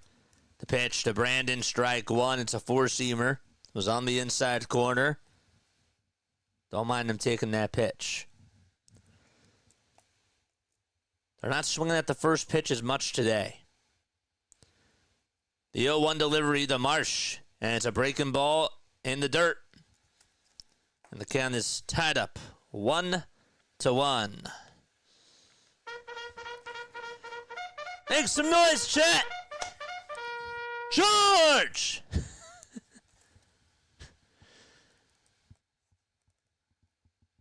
1-1 pitch. That was high, but it's a called strike. Ooh. Wow.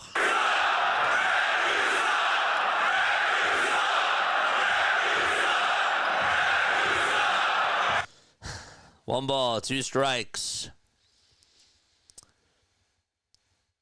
And the pitch to Marsh. Line drive. Hit out to right field. That's going to drop in for a base hit. Stopping at third is Castellanos. He would not have been able to score. That was a wise decision, and bases loaded for Philadelphia.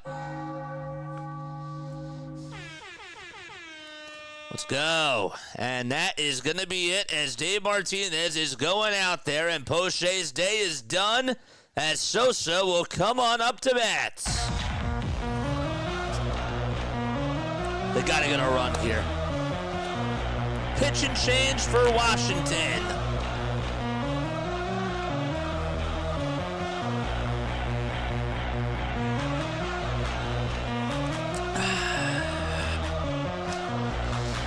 Let's go.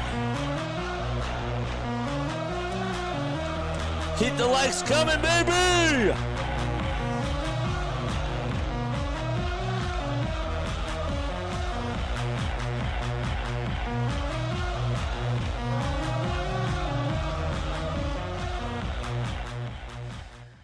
Great. Let's go. Where's those babies at? There they are. We got a $50 super chat from Tony. Woo!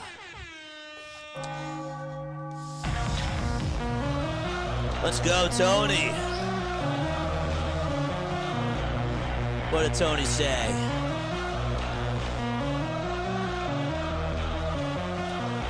JJ, do you have a favorite Phillies sports team? JJ, do you have a favorite Phillies sports team? I'm all over the place. I love the Commanders I love the Commanders for football and basketball. It's the Spurs, and in baseball, it's the Phillies. But I bleed burgundy and gold. Can't wait for revenge. Love the content, brother. I appreciate you.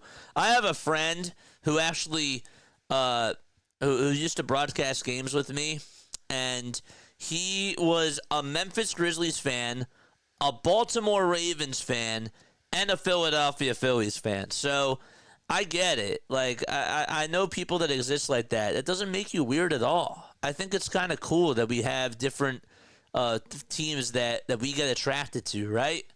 It's a really cool thing. But for me, number one, bias-wise, always going to be what I grew up with, and that is the Philadelphia Phillies.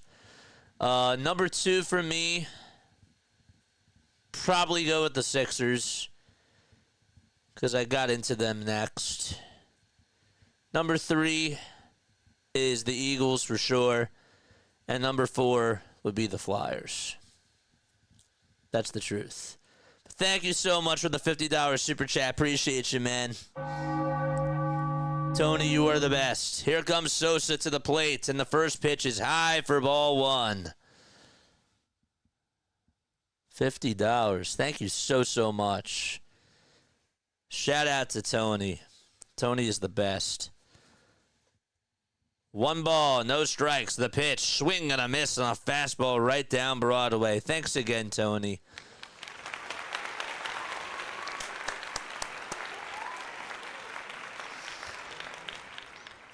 One and one is the count. The pitch to Sosa, and he just fouls it back. That was his pitch. It was right down the middle. That was a fastball.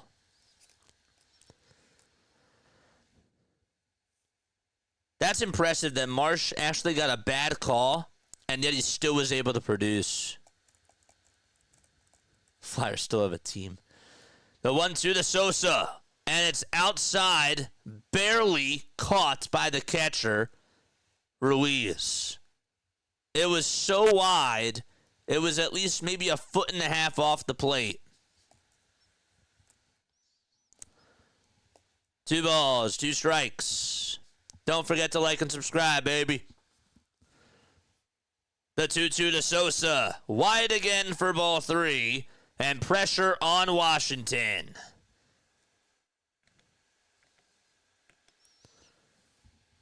Schwarber waits in the on-deck circle. What's going to happen here? Time called. 3 balls, 2 strikes, bases loaded, 1 out, and the payoff pitch to Sosa. Line drive, hit out to left field. It's a foul ball, though. Just was a little bit early.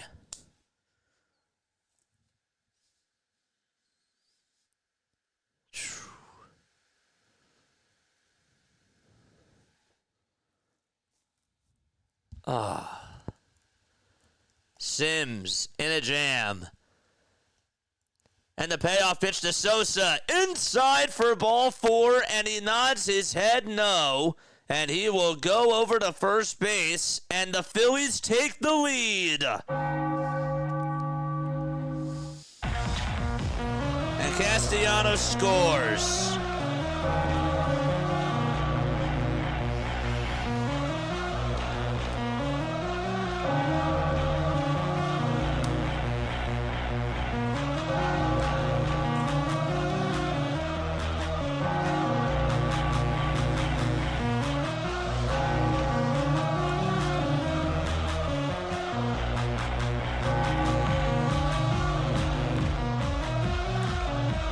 Here comes Schwarber.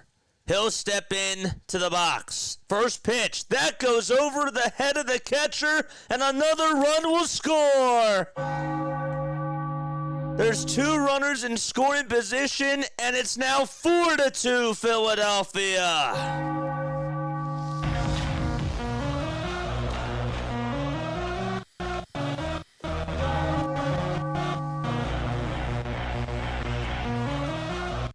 That thing literally got caught in between the netting and the backstop. And it's 4-2 with 2 runners in scoring position. The 1-0 pitch and a called strike. It's a slider that's at the kneecaps. Phillies have walked 3 times in this inning. Schwarber's still in the batter's box. The pitch on the way. Foul ball towards the first base side. 223 people tuning on in. 114 likes. Let's get up to 200, baby. Let's go. 1 ball, 2 strikes. 4-2 Phils. Runners at second and third. The pitch to Schwarber. In the air. Hit out to deep right field. It's carrying. It's going back towards the track. And it's gone! Another homer by Kyle Schwarber.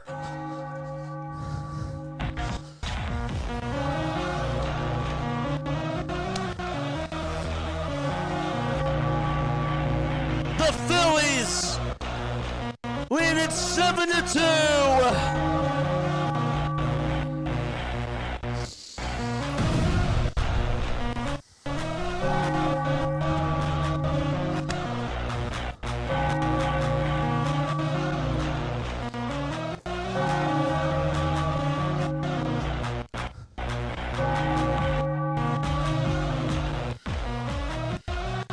The The pitch to Bohm. Ground ball. Back up the middle for a base hit. And the Phillies have lifted the lid in this game. They lead it 7-2, and Bohm gets on with a 1-out single. Wow. Let's go, baby.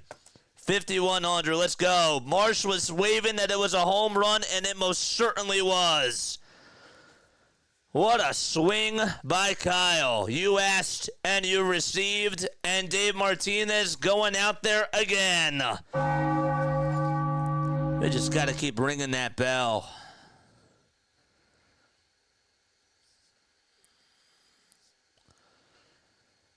Kyle Schwarber, baby.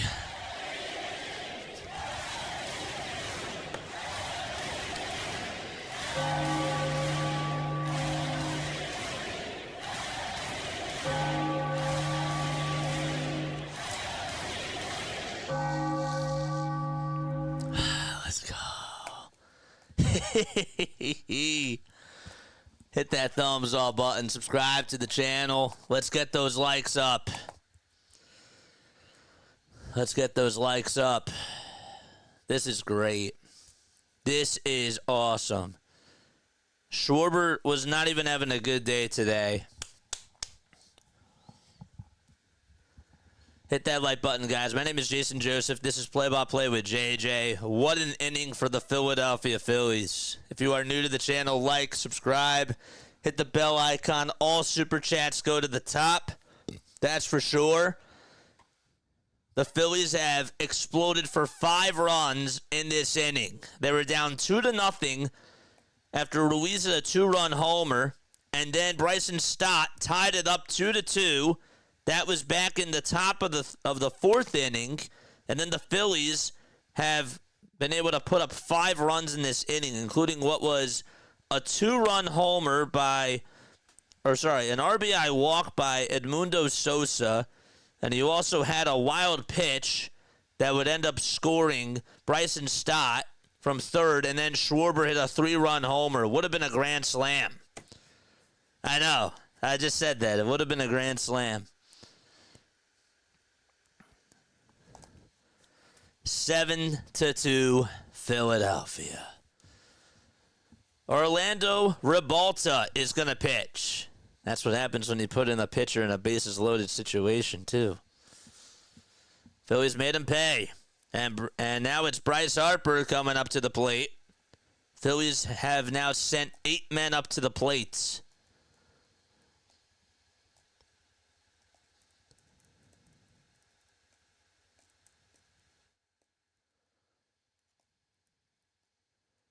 Pitch. That's up high for a ball.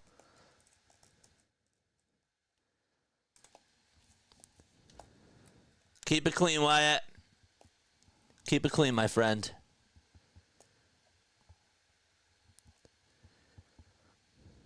Ribalta kicks, fires the pitch. Outside and low for ball 2.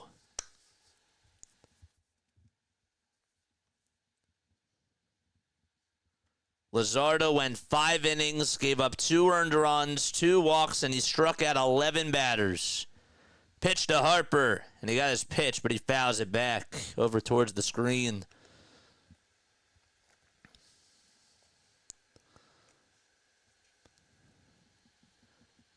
Two and 1 is the count.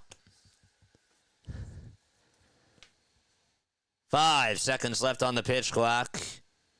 The pitch to Bryce Harper, and he pops it up towards the left field side, and it is caught by Wood. Thought maybe it would slice out of play. It did not, and there's out number 2.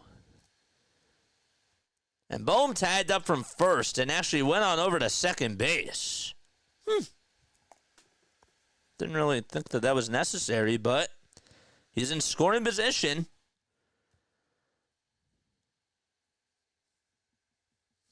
Okay, Phillies fans, just don't destroy Nat Stadium after the win.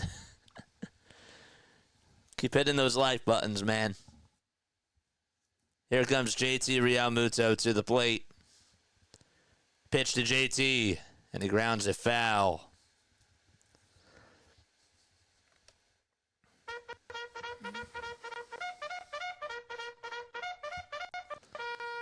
George! Luzardo would possibly get the win? Yeah, he would get the win. Absolutely.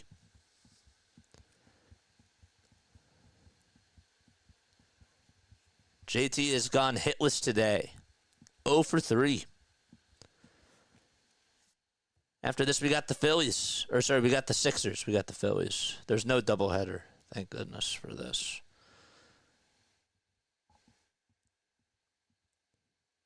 The pitch to JT. Swinging a miss. Got a changeup right down the middle.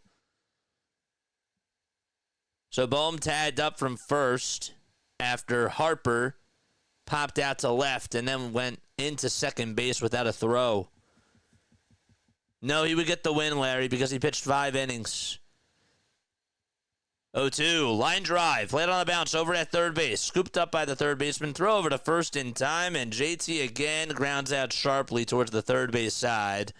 And the inning is over. The Phillies, they do some damage, though, and they get 5 runs, including a big swing by Kyle Schwarber.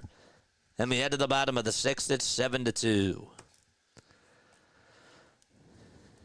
They sent 9 men up to the plate. Great inning. Great inning by this ball club. Keep the likes coming. We got 127. We got to get to 300. We're not even halfway there. What are y'all doing? Hit that thumbs up button. Hit that thumbs up button, man. Come on. Philly's finest is over on the vertical stream. Thank you so much for coming on by, man. Let's go. All supers go over to the top. For sure. Phillies lead at 7-2.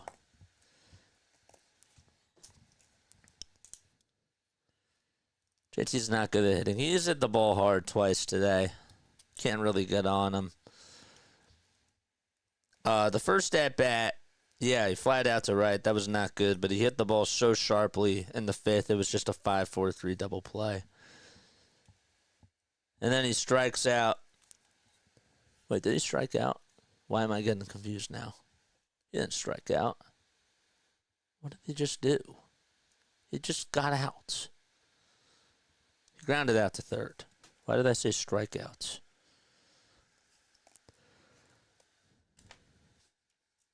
$35 more subs, baby, till we get to 5,100. Let's go. For those of you that are new, okay, we have 246 people tuning on in. I want to hear what got you into baseball. What got you into baseball? What is like your first baseball memory that you can think of? Jose Ruiz is pitching now for the Phillies. So Luzardo is in line to get the win because he went 5 strong innings. Ruiz last year at a 3.71 earned run average, and he'll be facing Ahmed Rosario, Nathaniel Lowe, and Kybert Ruiz. Little League. Little League was what got you into baseball. Love it. The pitch. There's a called strike.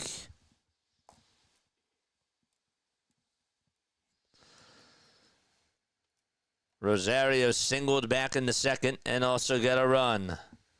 All supers go to the top. 0-1. That's inside for a ball. Please tell other people about this channel if you have not done so already. We go live for Phillies, Sixers, and Eagles games. We try to have fun. 0-2 from Ruiz. And that's a foul ball again. It just bounced off of Rosario's left foot. And he's like, can I have time just to shake this off? Of course you can have time. Nah, just get back into the box right now. You're good. It was just 120 miles per hour off the bat. Something like that. The pitch to Rosario, swung on and lifted out to deep left field. It is gone. And that'll make it 7-3. Ahmed Rosario turned on a pitch that was a little bit inside, and he was able to get the bat on it.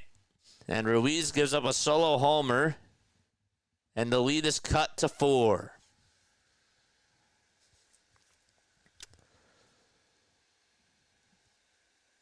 For him to be able to turn on that type of a pitch, every time I see him, he hasn't really been able to do that, and I'm a little bit surprised that he made that adjustment. The pitch, and there's a foul ball. Champion says I got into it because of Jimmy Rollins and the Flying Hawaiian. Pitch, ground ball, rolled over towards the right side, scooped up by Stott, throw over to first is in time. And there's one away. JJ was a little too excited for that one. Was that sarcasm, or was that the truth? I don't think I sounded excited there.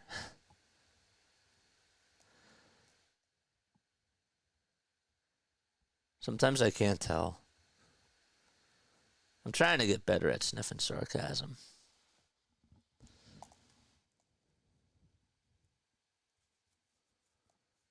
One ball, no strikes to Keibert Ruiz, and he grounds this one down the first base line. It's a fair ball, and Castellanos has to go all the way over towards the corner, and Ruiz will jog on into second base safely. And so, they'll put a runner on over at second base. At least no one was on.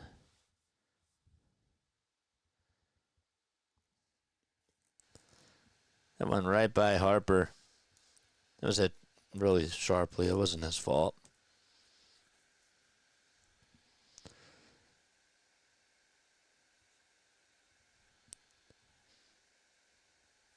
Paul DeJong will come on up, and he looks at strike one.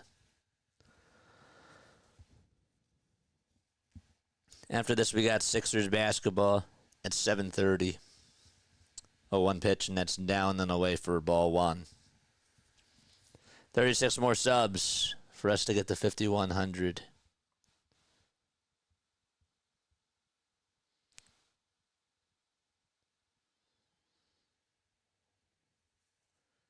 One, and there's a foul ball. Ruiz versus Ruiz. Ruiz won that battle.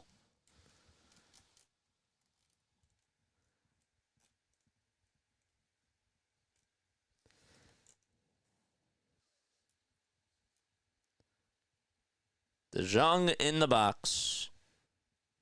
And the 1-2 is fouled away. Paul's had quite a career.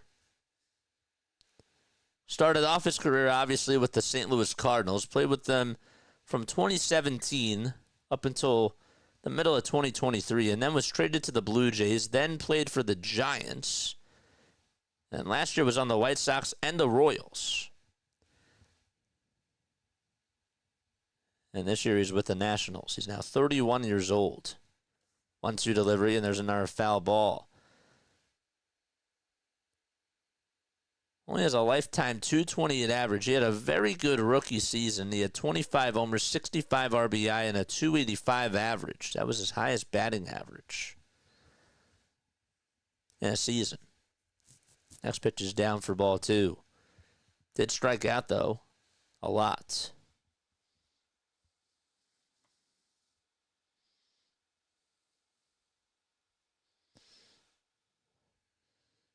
Two pitch.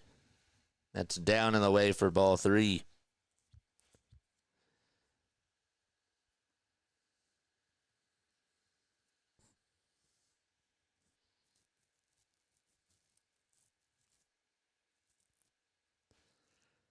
Payoff pitch. Ground ball. Rolled over to shortstop. Sosa has it. Throws it on the run over to first base, and there's out number 2.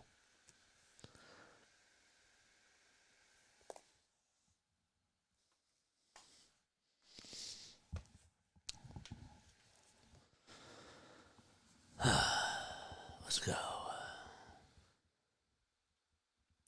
Justin, thanks so much for the sub. Appreciate you. Those of you tuning in over on Twitch, I appreciate you guys as well. The pitch, and that's down low for a ball. Whoever just subscribed today, thank you so much. Eagle says, grew up poor, but got to go to many Phillies games because the nosebleeds for the vet and the 700 level were like $2 per ticket. I didn't know that. Pitch, and there's a foul ball. She says that her story was my twin uncles played optimist when I was a kid. One pitched the other, was a catcher. Good memories. I love that.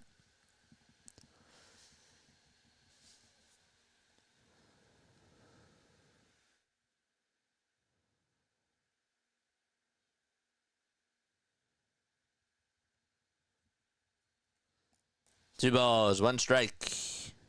And the next pitch is chopped over to third base. Bohm does have it. Throws on the run over to first. And it's in time, and the inning is over.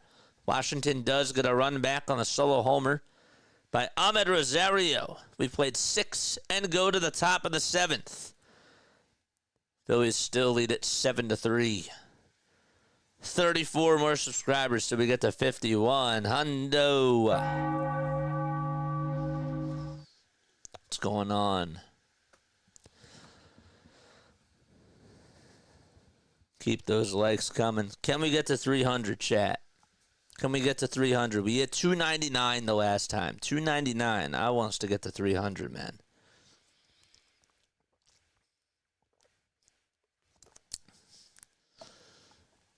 I'm going to put the I'm going to open the window.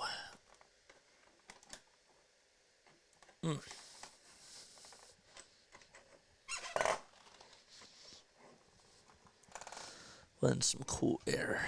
Let's go. For those of you that are new to the channel, here, I'm going to go to my home screen for a second. My name is Jason Joseph, all right? I go by JJ on here. Hit that thumbs up button, subscribe to the channel if you have not done so already. I'm a broadcaster from South Jersey. I've been doing Phillies play-by-play for 3 years now on YouTube. This is the 3rd season that we've been doing it.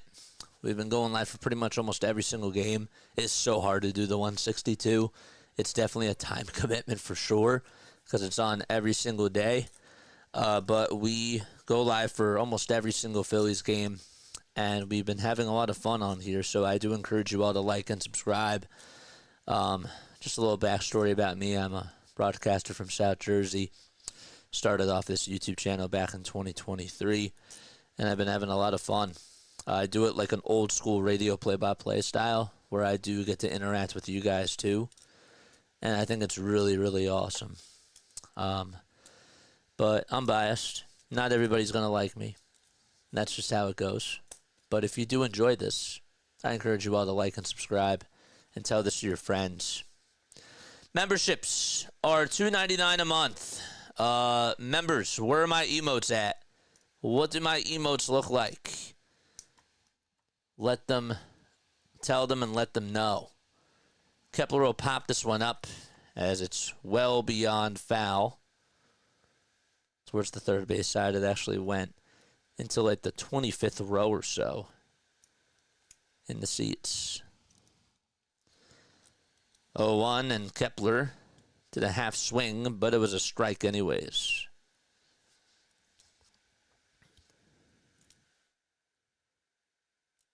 Cheston, you're the best. Appreciate you. The ball is 2 strikes, and the pitch, and there's another swing and a miss. There's out number 1. Yeah, I have allergies.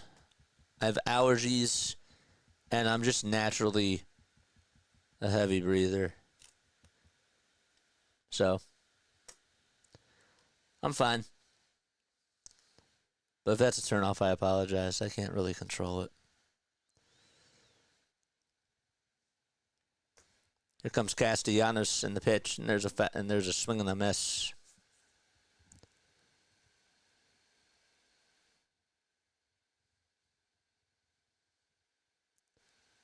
0-1. That's outside for a ball.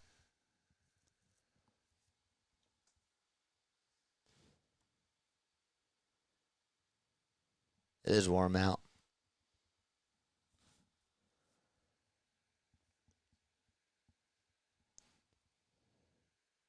Pitch to Castellanos. Another swing and a miss on a changeup. Now make the count now 1-2.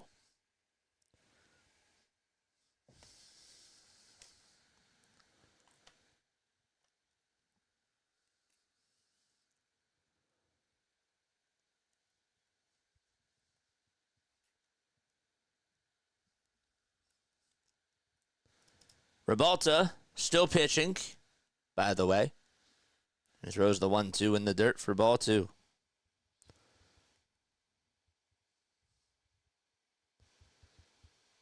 Shohei Ohtani is throwing his first bullpen session since spring training, but there's still no timeline for his return in the rotation. It's still a ways off, says Dave Roberts. Pitch, and now the count is full. 3 balls, 2 strikes. 1 out, top of the 7th. The pitch to Castellanos, high for ball 4. Nick Castellanos gets on with his second walk today. Take that. And now it's Stott coming on up to bat. Got 148 likes. Keep them coming. Let's get to the 300 mark.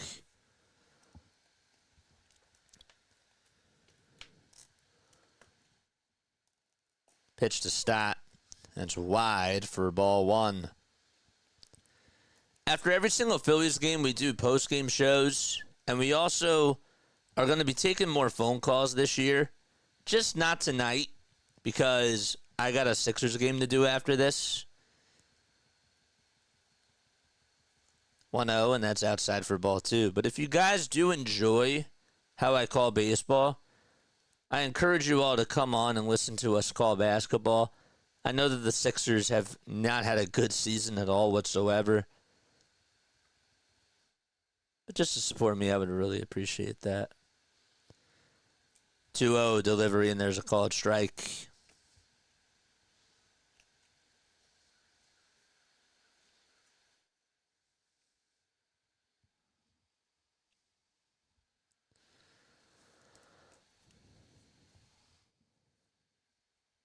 The 2-1 pitch to Stott. Swing and a miss at 95 miles per hour.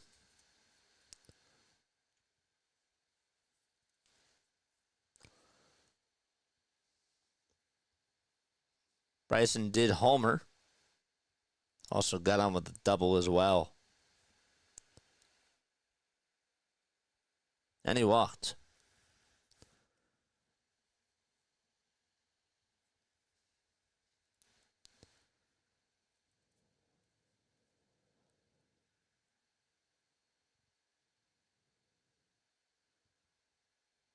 The pitch to Stott. Foul ball. He did swing at ball 3, but he got a good cut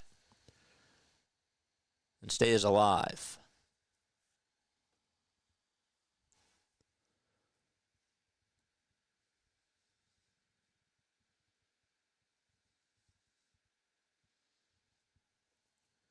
Two seconds left on the pitch clock. And the 2-2 to Stott. Another foul ball. This is the Bryson Stott that we saw back in 2023.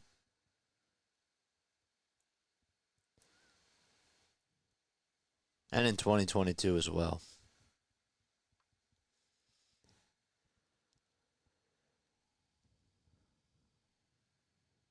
Rebalta gets set at the chest. And the 2-2 just outside. Great eye by Stott. And I was surprised that Barrett did not call that a strike. But we will take it. Marsh is on deck. Phillies' bottom of the order has gotten it done today. Payoff pitch to Stott. High for ball 4. And Bryson Stott gets on for the 4th time today.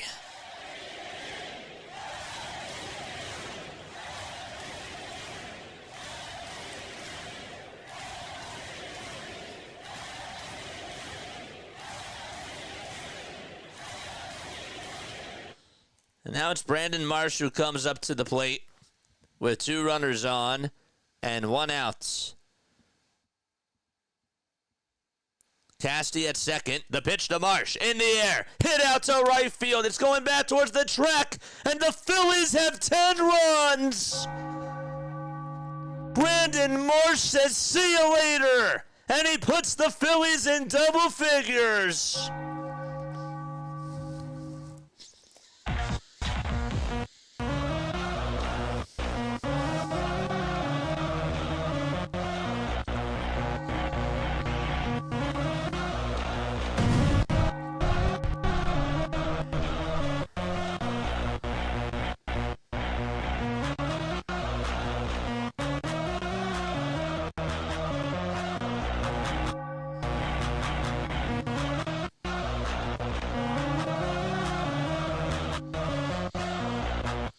Here comes Edmundo Sosa.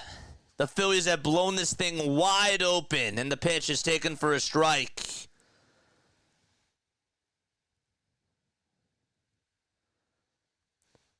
Oh, 1 pitch. Foul ball.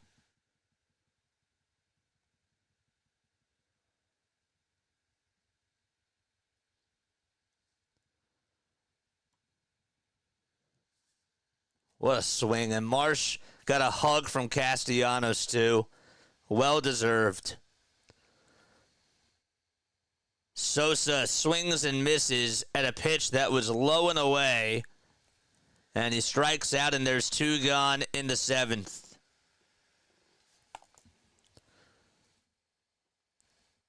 Brandon Marsh and Bryson Stott today. 3 extra base hits. And they've gotten on 7 times. And now it's Kyle Schwarber up to bat. 2 outs. The pitch to Kyle. Strike 1.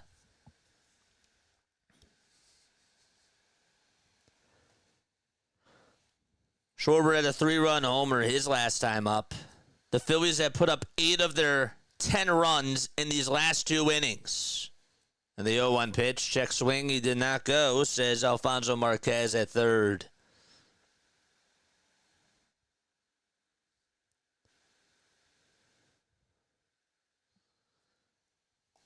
The pitch to Schwarber in the dirt and inside for ball 2.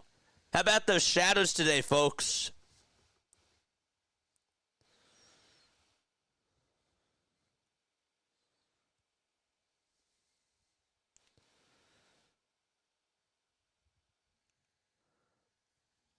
Keep those subs coming. The pitch to Schwarber, swing and a miss. So he went after a slider.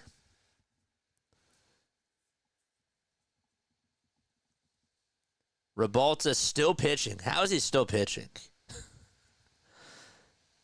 Dave Martinez is like, yep, we're just going to wave the white flag today.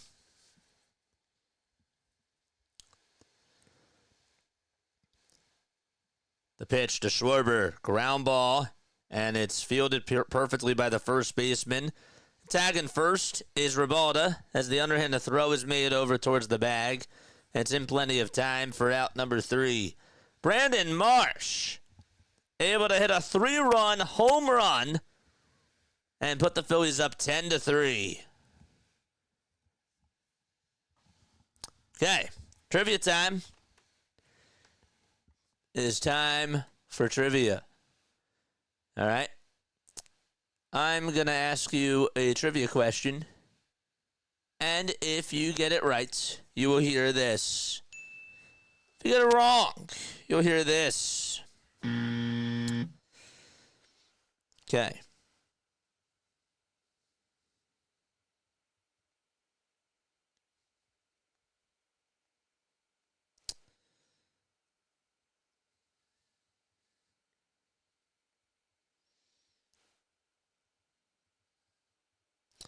Let's see how well you know your Phillies. In 2022,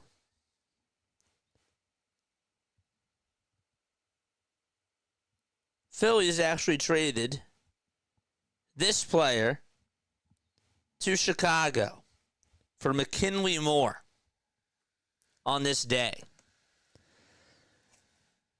This is a tougher one. This is, how well do you know your recent Philadelphia Phillies? Jim Bunning. No, you're just spamming. No.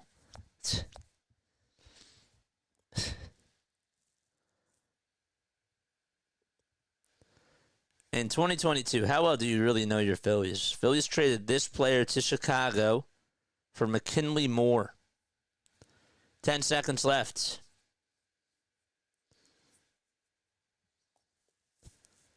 5, 4, 3, 2, 1. And actually, right before we get to the answer is Adam Hazley. He got it. Adam Hazley is correct. Yup. Adam Hazley is correct. Good job. Adam Hazley today was traded 3 years ago for McKinley Moore. We did just get news that JT was taken out of the game, and Rafael Marchand is going to come on in to be his replacement. Adam Hazley, yes. Good job. The ball is 1 strike. The pitch, foul ball.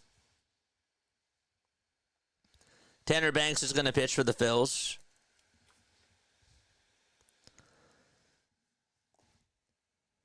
Top 10 pick bust. Yeah.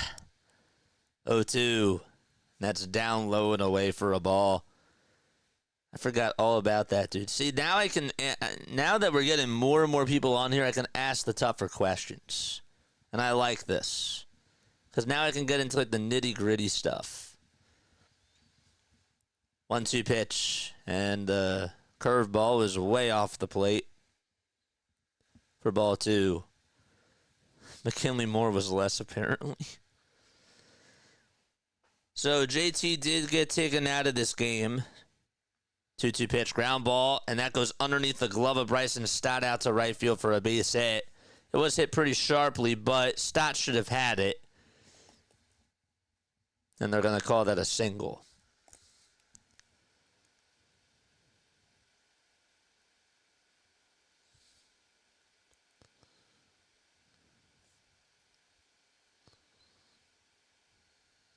Yeah, definitely should have had it. JT was removed from the game due to a bruised left foot, but it's precautionary according to Lachlan Marsh. And Rafael Marchand is now in the catch.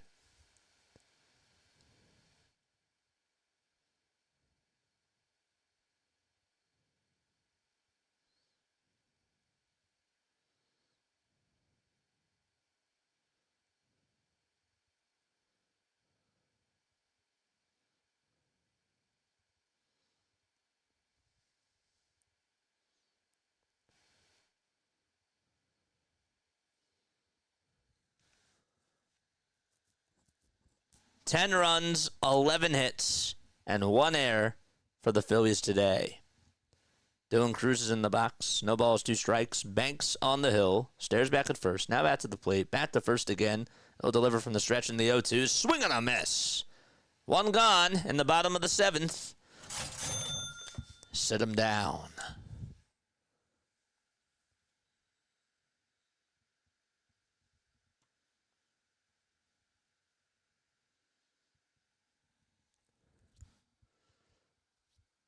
$211 people tuning on and 151 likes. We got to get to 300. We're halfway there. We are halfway there, folks. The pitch. And there's a called strike to James Wood.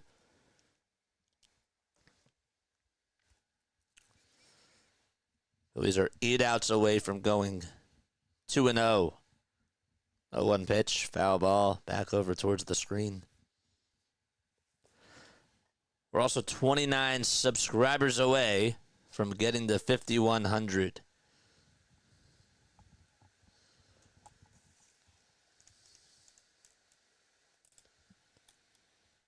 Oh, 2 delivery. That's off the plate for a ball.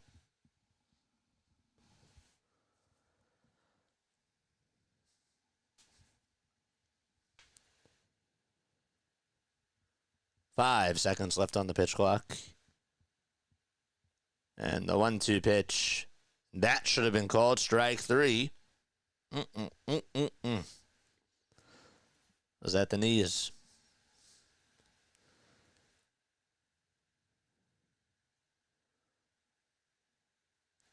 Two, chopped foul. Phillies have scored a plethora of runs today. They've had some big-time swings.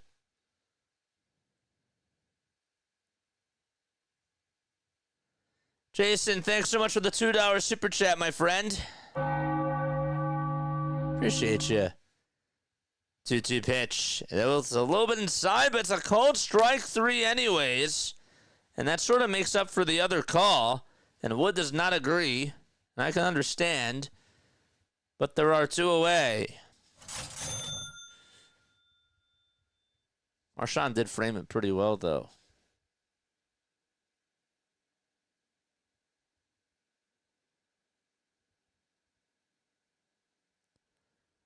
Pitch to Bell. Fly ball hit out over towards right field. And on the run to make the grab is Castellanos. And the inning is over. And we've played 7 innings. Tanner Banks does do his job. And we go to the 8th. It's 10-3 Phils.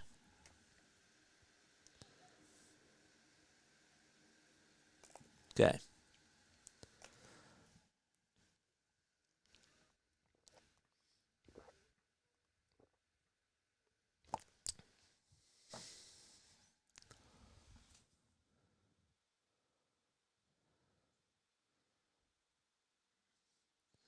Appreciate you again, Jason.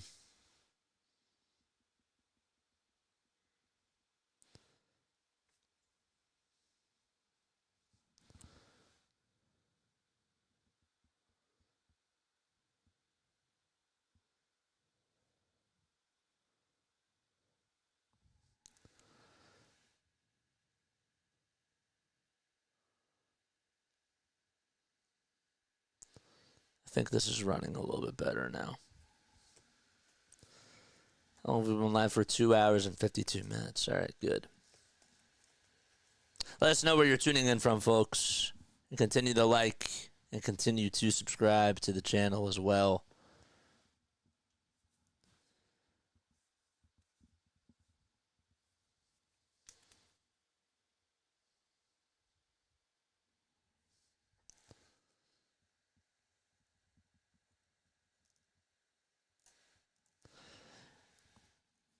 How do we get here, JJ? Well, as we go to the top of the 8th inning, I'll explain everything to you. Jesus Luzardo went 5 innings today. Gave up just 2 earned runs. By the way, Izzy just became a member. Thank you so much, Izzy. Appreciate that.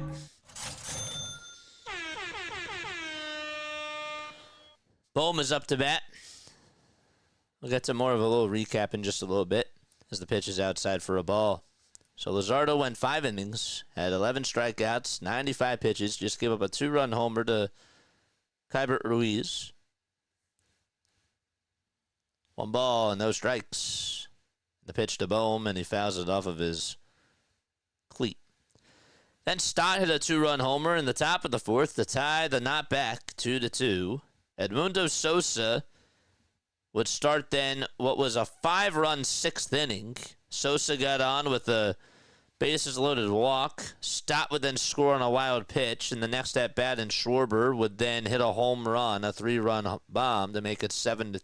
The pitch, ground ball back up the middle, but it's really cleanly by the second baseman, Rosario, and the throw over to first is in time. And then Ahmed Rosario hit a home run in the bottom of the 6th to make it 7-3. And then in the top of the 7th, the Phillies would tack on 3 more runs on a homer by Brandon Marsh. And that's how we're here. It's 10-3, 1 out, top of the 8th. And the pitch to Harper is outside for ball 1. Kind of cool to see Harper join in on the party. He did homer in the first game. 1-0 pitch. Off the plate again. Ribalta still pitching. 38 pitches by Ribalta. 3 earned runs, 2 walks, 2 strikeouts. And the pitch. That's outside for ball 3. Looks like Rabalta doesn't want anything to do with him. Let's see the red lights in the chat, the stop signs. Give me a stop sign. 1 second left on the pitch clock in the 3-0. And he got a fastball, and he takes it all the way for strike 1.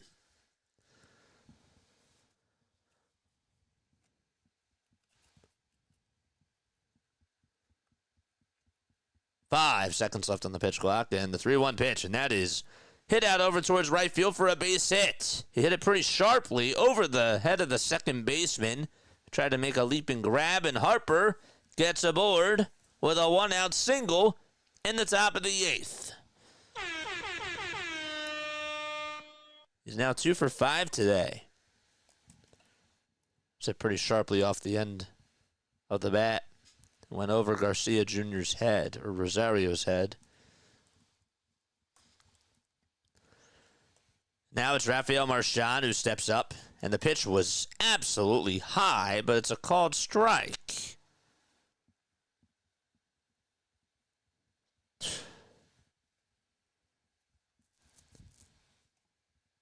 The 0-1 pitch.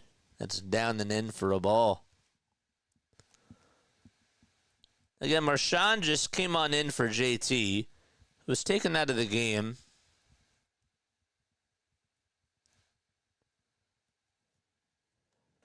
They wanted to be precautionary.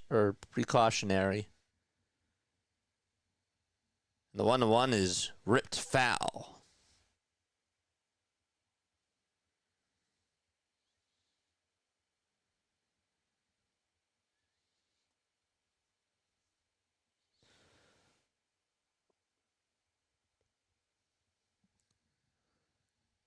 Harper over at first.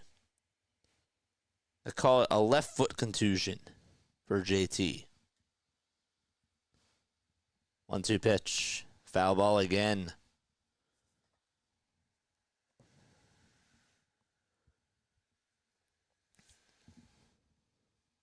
Stay on after this game. We're going to be calling the Sixers game at 7:30. 1-2 delivery to Marchand, and it's down again for ball 2. Phillies series will wrap up tomorrow afternoon at 1:35 p.m. Eastern Time. Hopefully you'll join us for that as well. 2 balls, 2 strikes, and the pitch, and that is up high and away for ball 3. I am going to start a poll in the bottom of the 8th inning. I do want to know if you guys want me to cover the Sixers tomorrow night or Sunday Night Baseball. Those are your 2 choices. It's Padres and Braves for Sunday night. 3-2 pitch, and Marchand may have swung at ball 4, but I can't blame him for swinging at that pitch. It's a foul ball.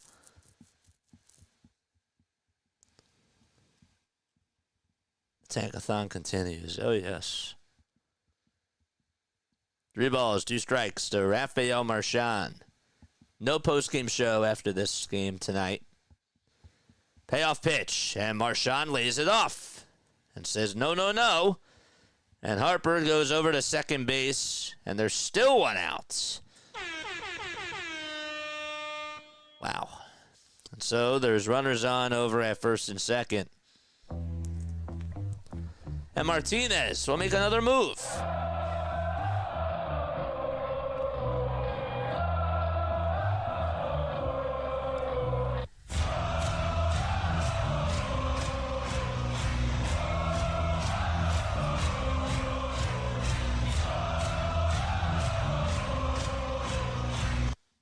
All right. And pull.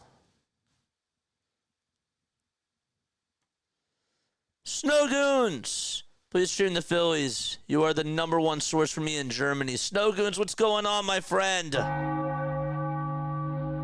What is up, dude? How are you? Snow Goons, my friend. What is up? I'm going to make sure I subscribe to you. Go follow Snow Goons, man. My guy puts out some incredible content. They're hip-hop producers that are based in Europe, which is really, really awesome. It's so sick. Go check them out, man. Go check them out. Snowgoons, I appreciate you so, so much. I appreciate you all for being on here. And guys, just wanted to make sure I remember to tell you guys this. If you guys want to email me anytime, okay, for business inquiries or for just reaching out or whatever it is, jasonjosephonair@gmail.com. I will post that right now. jasonjosephonair@gmail.com. Is this. Good. Finally, baseball season is back. I know. Top of the 8th, 1 out. Kepler is in the box. 1 out. And the pitch. That's on the outside edge for strike 1. It's at 94. It's great to see you hit 5K. Dude, I really appreciate that. Eduardo Salazar is pitching for the Nationals. Gave up the 2-run triple to JT. Even though some would say that the right fielder just dropped it. But still, they were given to him.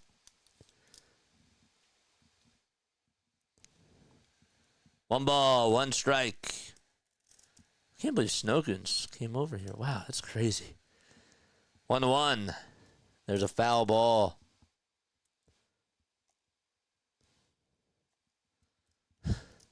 Finally, baseball's back. I feel you on that. Shout out to Snowgoons. 1 ball, 2 strikes. And the pitch to Kepler. He got jammed, but he fouls it back over towards the screen. Jake Irvin pitched earlier today for the Washington Nationals. He went 5 innings, gave up 7 hits, 2 earned runs, 2 walks, and 2 strikeouts.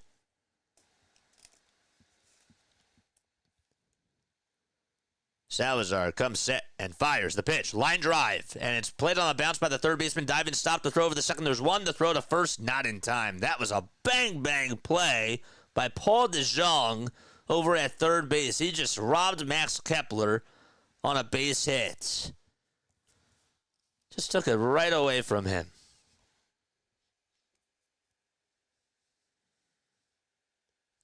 That was excellent. This guy can play anywhere on the diamond. And it's up to Castellanos. At least Kepler did hustle.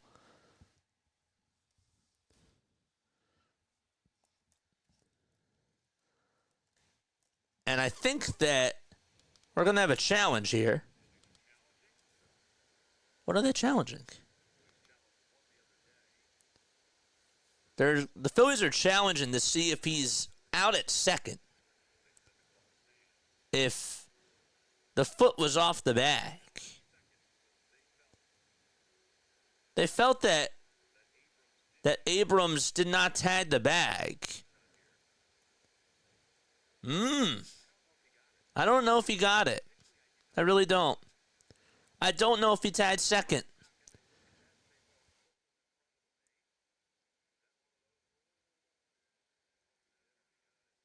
Maybe he did get it. I don't know. It's hard to tell. It was hard to tell from the other angle that they showed us. They gave us a backwards angle of Abrams' foot. I think his heel was just maybe ever so slightly on the bag. But it's not so conclusive.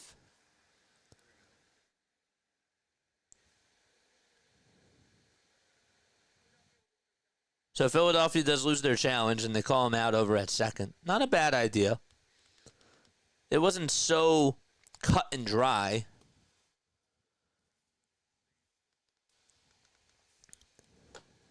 So it's 2 outs.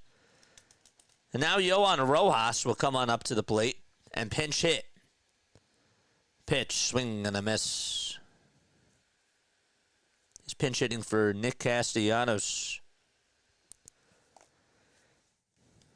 27 more subs so we get to 51 hundo. You get 2, but if it's successful, then you get to keep it.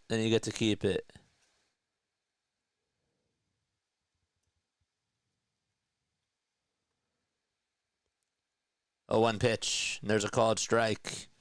Challenger went up by 7. I'm surprised that's not against an unwritten rule of the game. I mean, we saw a 7-run lead blown the other day. No, it was spring training, but the Phillies came back in the 9th with 1 out.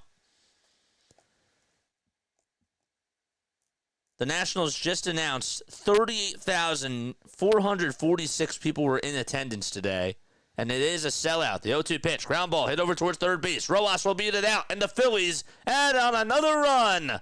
An RBI infield single by Johan Rojas.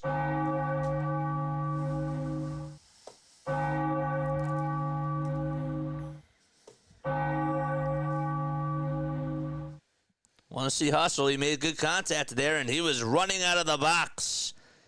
Running for his life.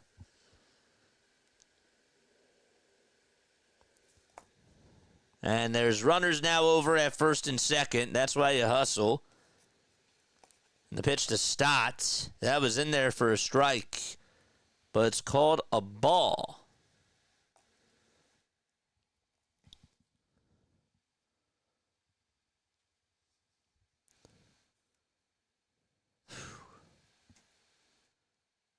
One oh pitch to Bryson. Strike 1 at the knees. Got 161 likes. Keep them coming.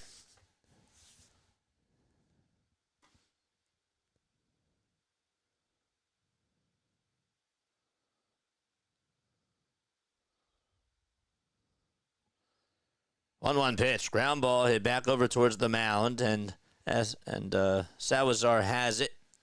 And throws it over to first. It's in time. And so we go to the bottom of the 8th. Again, it's 11-3 Phils. They add on another run on an RBI infield single by Rojas. Hustle every play and good things happen. Again, small ball. Now we're playing small ball, folks. Small ball is a nice thing. All right. So the question is, tomorrow night, which game do we cover? The Sixers. Or do we do Sunday Night Baseball? Sunday Night Baseball. There's not many Sixers games left. And the Tankathon is kind of big when you really think about it. Is it going to be fun to watch? Maybe not. But pick the game. We will do the Sixers game that they play tonight after this. But which one do you want? One vote for the Sixers.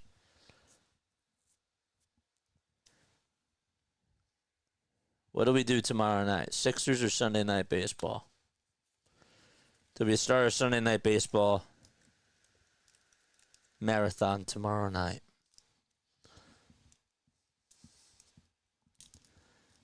Again, if you are new to the channel, my name is Jason Joseph. This is Play-by-Play with JJ. I go on for Phillies, Sixers, and Eagles games. I'm going to try to do some more baseball this year.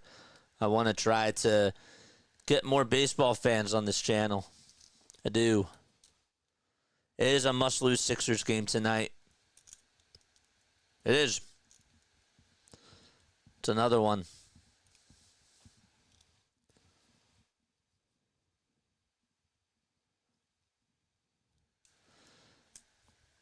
We'll see what y'all have to say at the end. We need 27 more subs for us to get to 5,100. And we need 27 more likes to get us to 200 likes. Carlos Hernandez is going to pitch. This guy was dropped by the Royals He had a good year last year. Did not have a good spring training, though. The 0-1 is grounded back up the middle, and there's a stop by Sosa. Throw to first, not in time. Bang, bang, play. But Rosario does beat it out. Former Met able to get on with an infield single.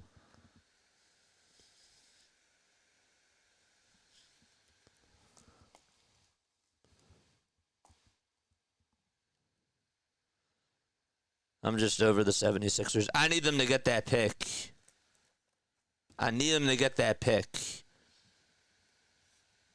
I'm over them too, but I'll be really disappointed if they don't get that pick. The pitch, and that's taken low for a ball. When there is exciting basketball, though, it does get electric. It does.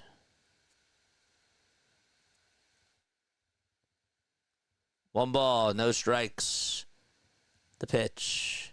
And there's a swing and a miss. Rojas playing center field now for the Phillies. Riley Adams did just come on in to play for Kybert Ruiz, so his day is done. 1-1 pitch. There's a foul ball. So Rojas is out in center. Kepler goes from left to right, and now Marsh goes from center to left. Need a K to watch the Sixers.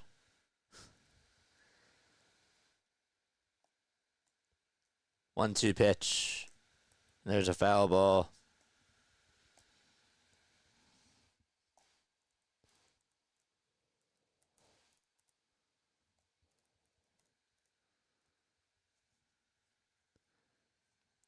(11-3) Phillies, bottom of the 8th. And the 1-2 delivery, and that is swung on and lifted out to deep right field. And Nathaniel Lowe takes Carlos Hernandez deep. And that thing went 401 feet. That was a bomb.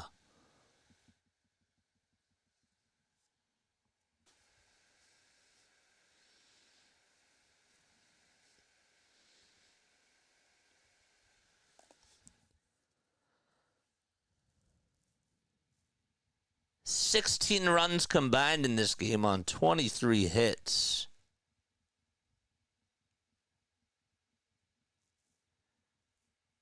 And Riley Adams is going to foul off pitch number 1.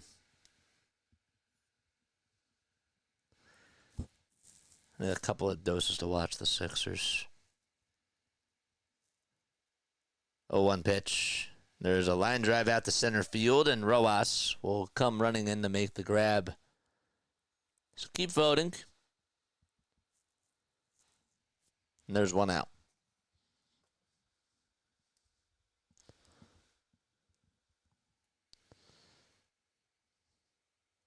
Let's get to that 200 like mark, folks.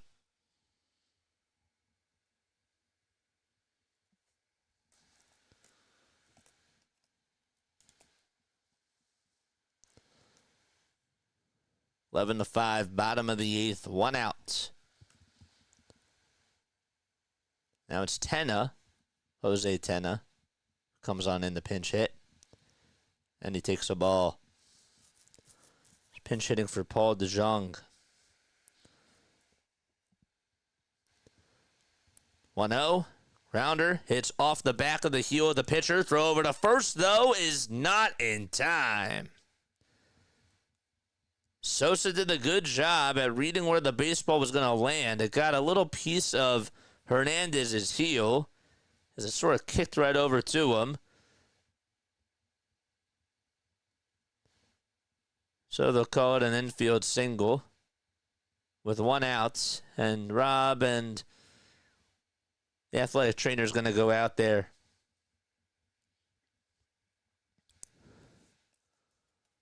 Keep it clean. I don't want to see us cursing with over 200 people on here. Keep it clean.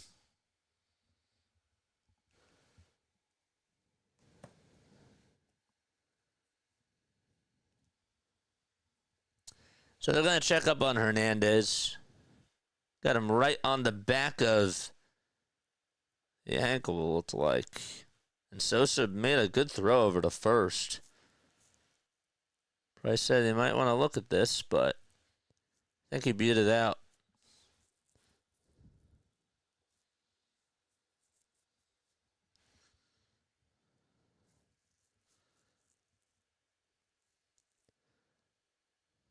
Ouch.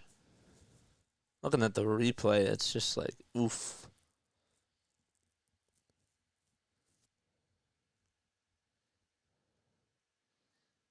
It's a close play over at first.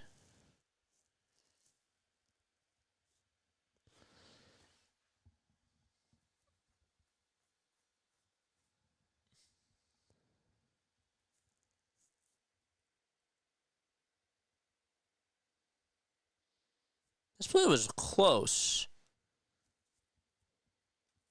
Phillies did challenge this, and there was no signal before. I figured that was what was going on, as well as the little injury. And so they challenged it, and the call stands. Call still stands. 1 out, bottom of the 8th. And a runner on over at first. The pitch. And there's a called strike.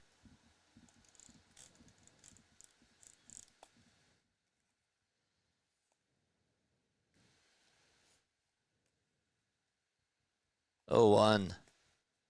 There's a pop out, hit out over towards right field. And there's out number 2.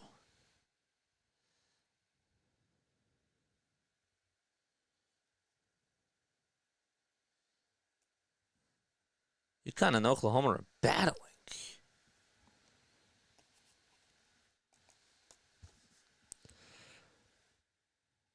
All super chats do go over to the top, folks. 2 outs in the pitch. That's taken inside for a ball.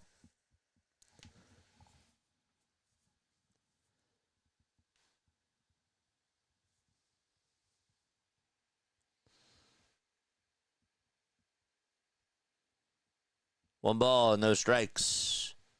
In the pitch. That's inside for ball 2.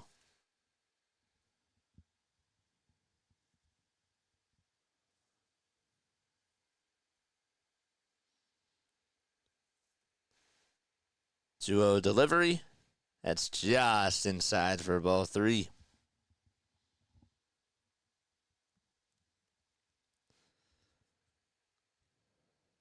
Let's get to that 200 marker.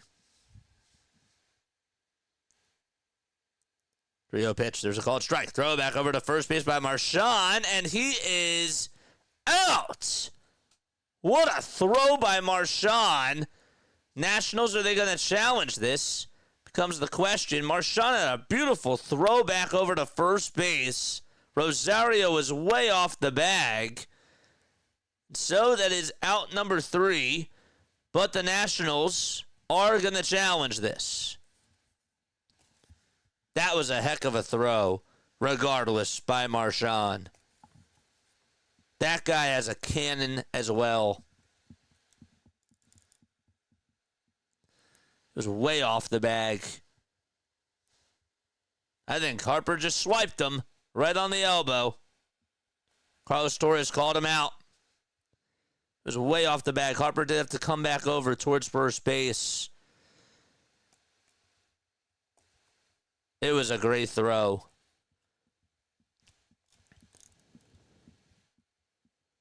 They are reviewing this, though.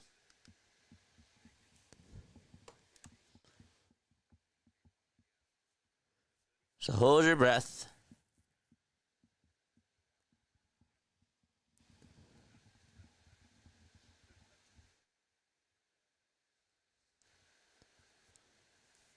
It's going to be another close call.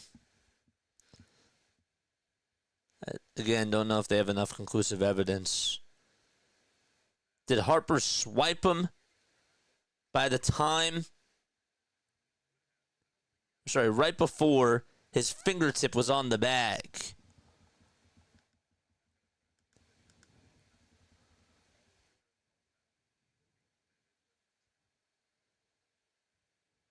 Can't see where the ball is from that angle.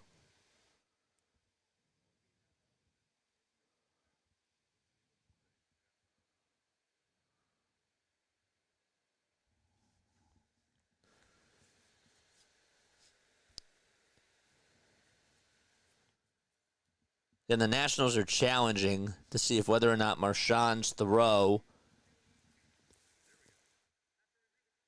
got him. They call him safe. Wow. These calls have not gone the Phillies' way today. So the runner is safe and the count is still 3-1.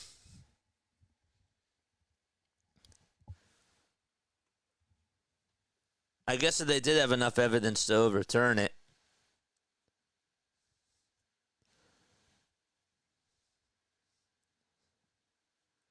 And so C.J. Abrams will step back into the box.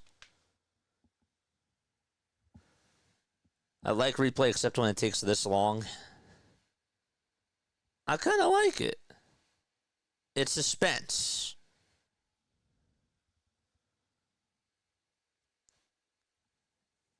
And now the umpire takes off his mask. And what's going on now?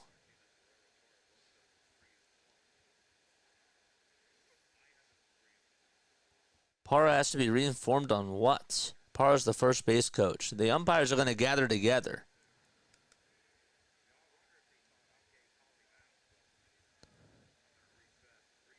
It's 3-1. Okay. 3 balls, 1 strike, 2 outs, bottom of the 8th.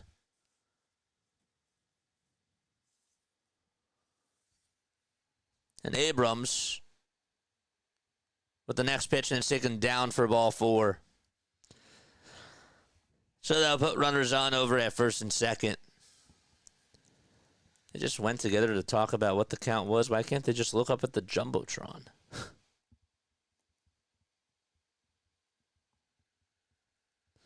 And now Caleb Cotham is going to call for time. Again, Hernandez still pitching. There's 2 away here in the bottom of the 8th.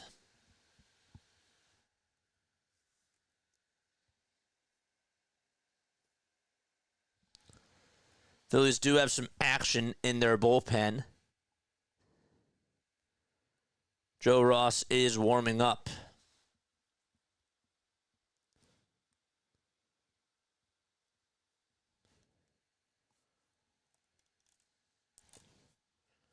"75% of you say that we should do Sunday Night Baseball instead of the Sixers game." We got 36 votes. Okay. Are you guys going to tune into Sunday Night Baseball? If we cover it. Because you can say yes. Y'all better be there. Here comes Cruz in the pitch. And there's a called strike. It looked a little bit inside.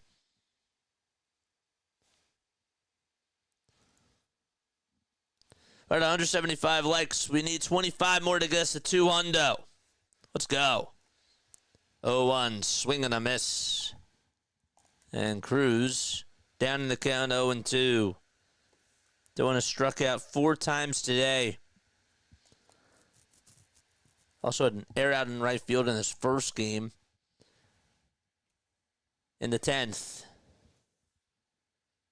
0-2 pitch. Make it now 5 strikeouts for Dylan Cruz today.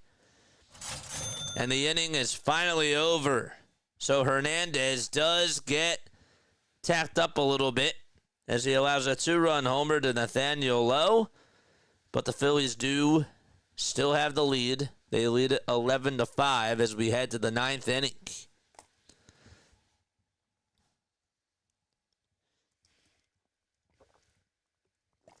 Stay on after this because we got the Sixers game.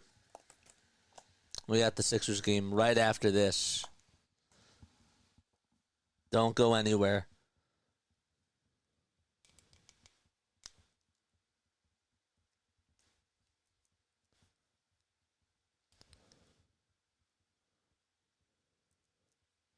What's up, Bruce? Thanks so much for finding this channel.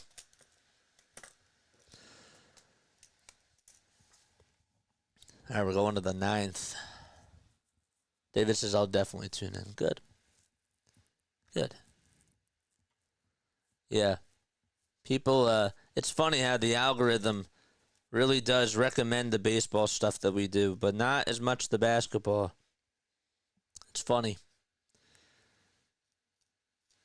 And I want to, again, I know that with football it's easy because, again, it's once a week and it's easier to follow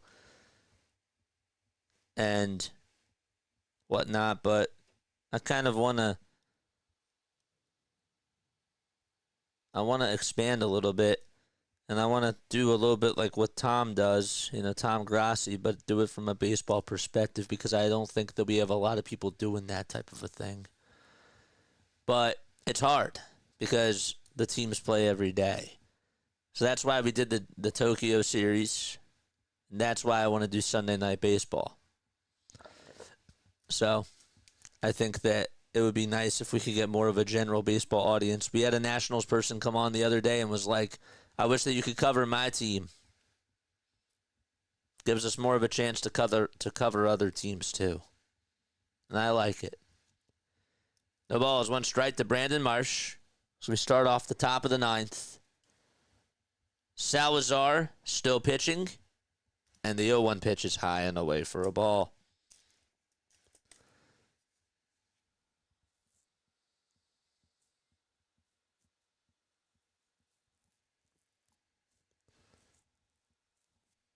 One, way inside. Maybe I got a fantasy player going. Sixers just released their starting 5 for tonight. Let's see who it is. Okay. Just took a screenshot. 2-1 pitch to Marsh. And it is a foul ball. Adams tried to hustle to get over to the ball. And Marsh was like, please just let it roll foul. And it did.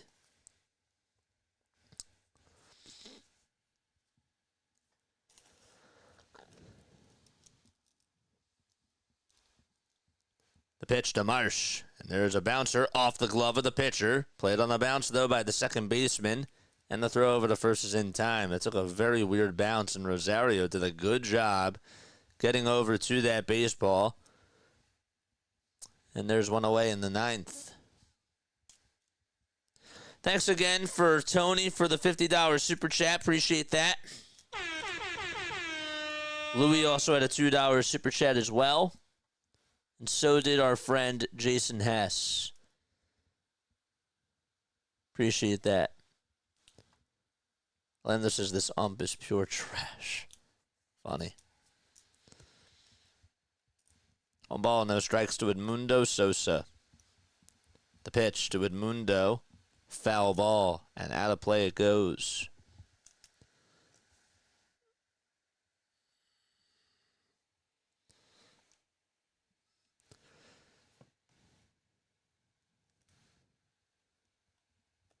Salazar comes set at the belt and fires the 1-1. Tied inside for ball 2.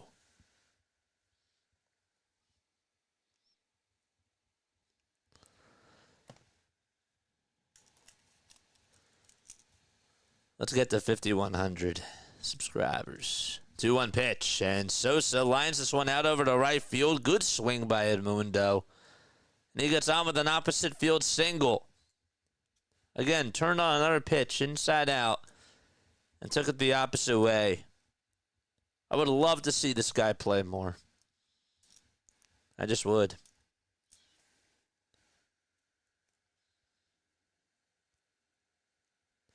He gives you everything that you want in the Philadelphia athlete. And now Cody Clemens is going to come on in to pinch hit for Kyle Schwarber. Time is called.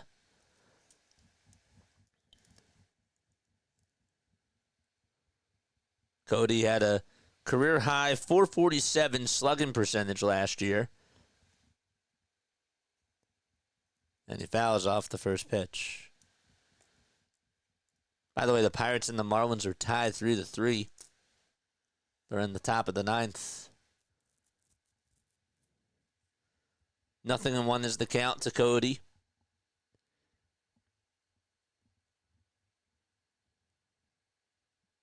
Is that a pitch clock violation? No, they're going to call balk.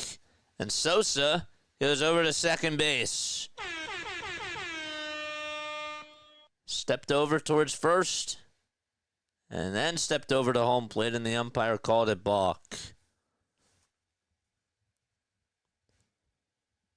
No balls, 1 strike to Cody Clemens. And the pitch, high and away for ball 1.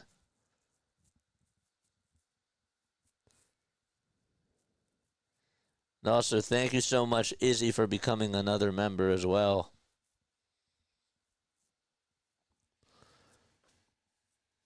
Phillies have 11 runs today.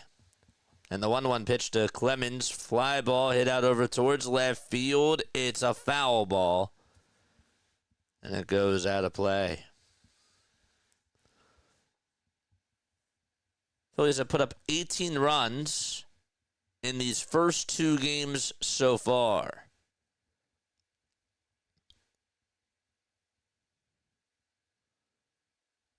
The 1-2, wide and high for ball 2.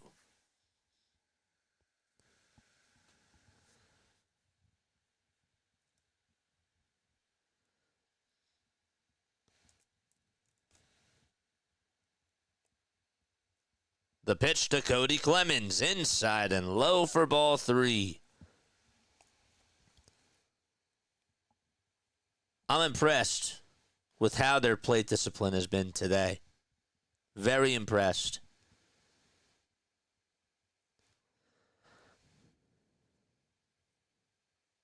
The payoff pitch to Cody Clemens, ground ball hit over towards first base, and the first baseman has it and will tag the bag for out number 2. Got a pitch right down the middle, just got on top of it, and Sosa heads on over to third base. 2 away in the top of the 9th.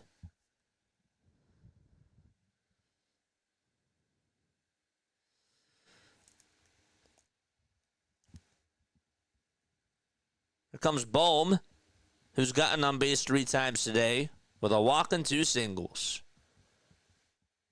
The pitch. Outside, and it's a 1-0 count.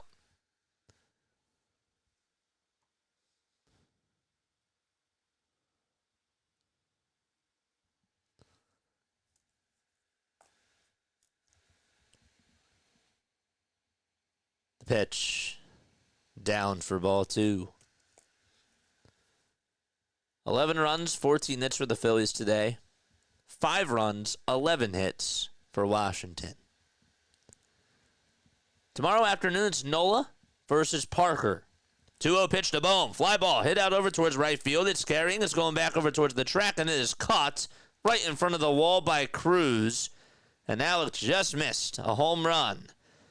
And last chance for the Nationals. Time to go to the bottom of the 9th. They have their meat and potatoes up in the batting order.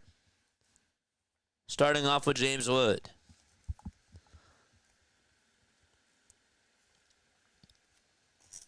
Okay.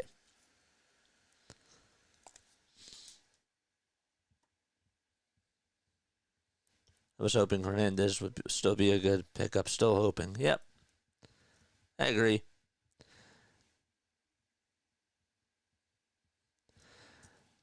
All right.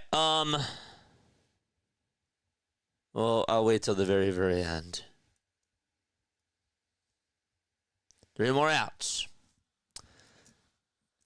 3 more to go. 185 likes. We need 15 more of you to hit that thumbs up button to get us to 200. We got to get to 200, folks. Got to get to 200. 78% of you want us to cover Sunday Night Baseball. We have 51 votes. We have 204 people and only 51 votes. What are we doing, folks? Come on. Vote. Do you want me to cover the Sixers tomorrow or Sunday Night Baseball? Pick. There's only like 5 Sixers games left. Not many games left. So we're going to have a lot of time to do Sunday Night Baseball. But do you want me to start it tomorrow is the question.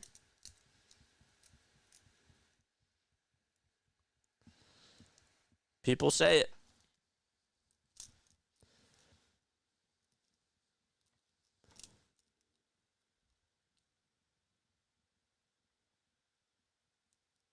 Is Rojas in the lineup tomorrow? I don't know.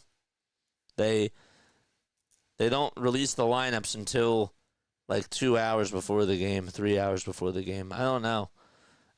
Maybe they'll give Marsh a day off. I don't know. It'll be interesting to see what Rob has to say after the game. Joe Ross is going to come on in to close it out. It's a non-save situation. Ross did play last year for Milwaukee, signed a 1-year, $4 million contract. I like the move. Had a 3.77 ERA.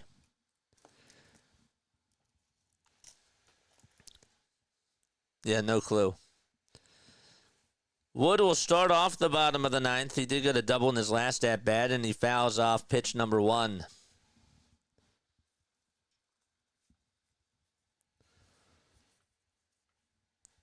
Again, we will be having post-game shows in the future, just not today. No balls, 1 strike. And the pitch is down and in for ball 1.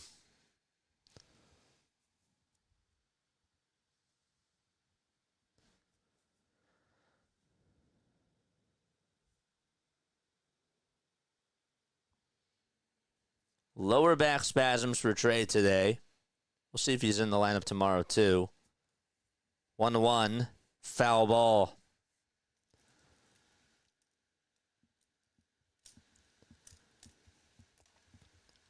Wood singled, doubled, and also stole a base.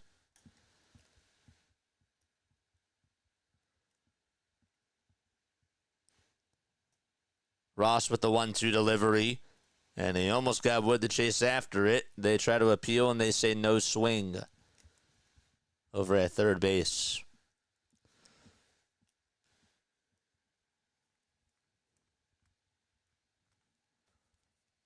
Two and two is the count.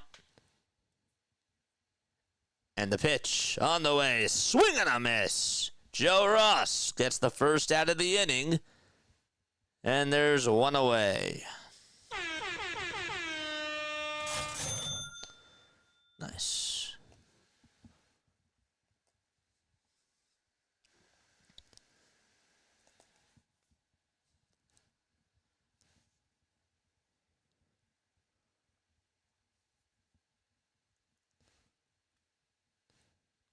One out, bottom of the ninth. 2 seconds left on the pitch clock. The pitch to Bell is high and inside. Oh, well, looks like he's ready to go.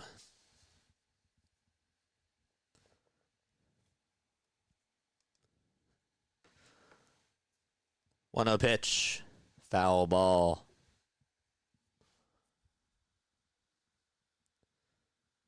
Twelve more likes, baby. Get to that 200 marker. AJ Show, what's up, AJ?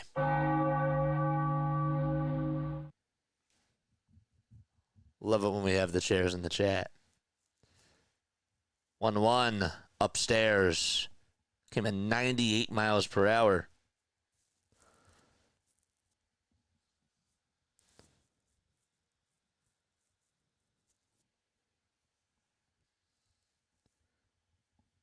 Two and one is the count. 1 out, bottom of the ninth, and the 2-1 pitch. Swing and a miss.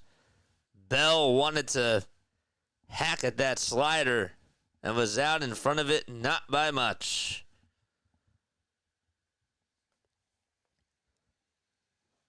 Two balls, 2 strikes. Ross gets set below the letters and fires, and it's inside and low, and the count is now full. 10 more, baby. Come on. 3 balls, 2 strikes. Ross with the payoff pitch on the way. That caught the inside corner, but it's called ball 4. Ha! Wow.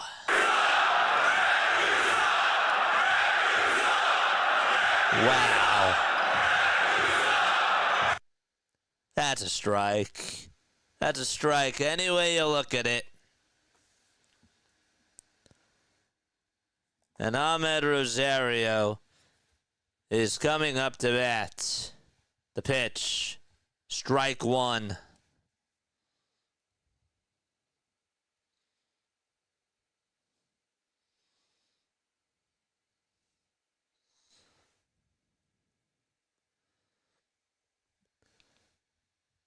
Oh, one pitch is high and inside. And on the defensive indifference, Bell does go over to second base.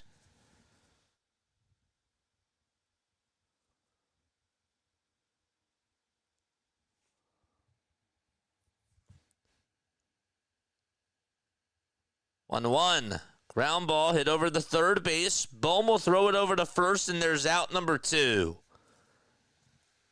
Snow. What's up, Snow? You know what to do, Snowman. You know what to do. Comment that link down below. 8 more likes so we get to 200. And who's staying on for the Sixers game after this? I hope to see y'all there just to tune on in.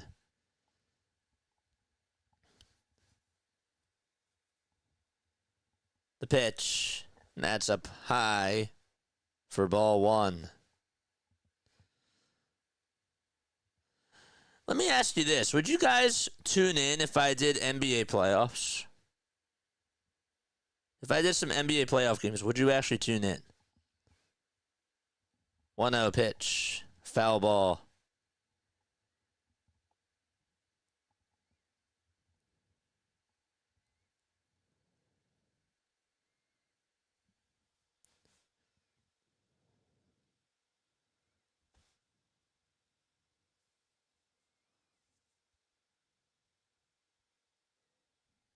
One. There's a foul ball. And the Nationals are down to their final strike. Sports Takes with Joseph is here. What's up, man?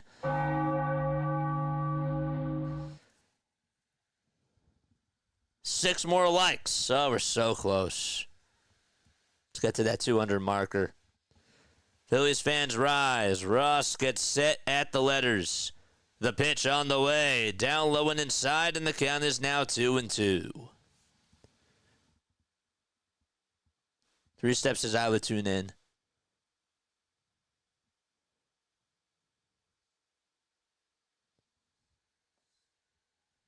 Cool.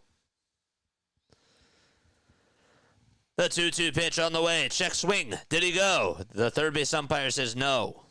The pitch was inside. And the count is now 3-2.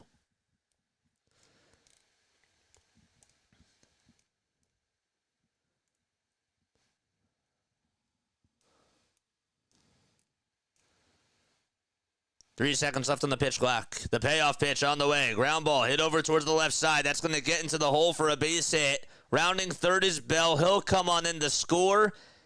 And it's 11-6 Philadelphia as Washington chips back. I didn't like the pitch there. It was a fastball right down the middle. But again, he made good contact low. And the game continues. Which means more of a chance for us to get to 200 likes. Let's go. Adams in the box and stares at ball 1.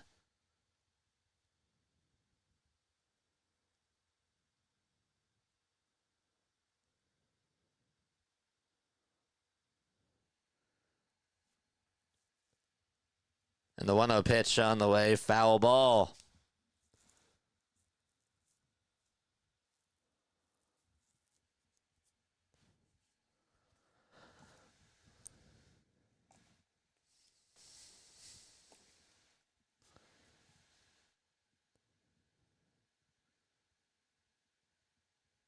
The pitch to Adams, swing and a foul ball. And the Nationals again are down to their final strike. 5 more likes. Get us to the 200 marker, baby.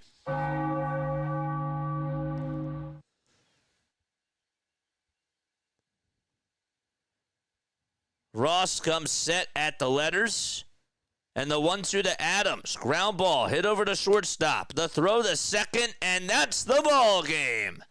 The Phillies are 2-0 to start off 2025. And they win by a final score of 11-6 in the nation's capital. Ring the bell, Philadelphia.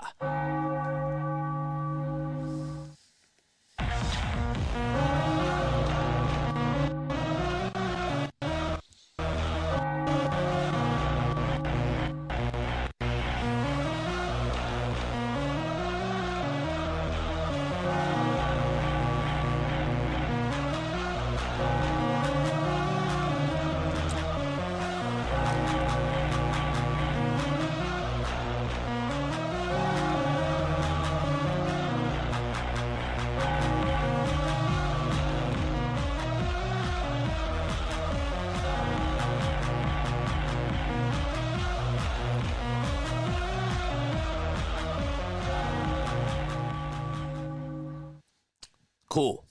Excellent. All right, before I do sign off, I want to see letter grades. Give me a letter grade down below for how the Phillies did today. Give me a letter grade. Letter grades. Let's go, says Mr. Donut. Letter grades for today. Calvin says I tuned in. Thanks, man. Letter grades for today, folks. Give me a letter grade down below. B minus. 2-0, baby. A minus. I'm going with an A. An A today overall because I wanted to see this offense rake, and they did. John says B. B plus. D goes with a B. Okay. Because of the pitching? Is that why? Is that why?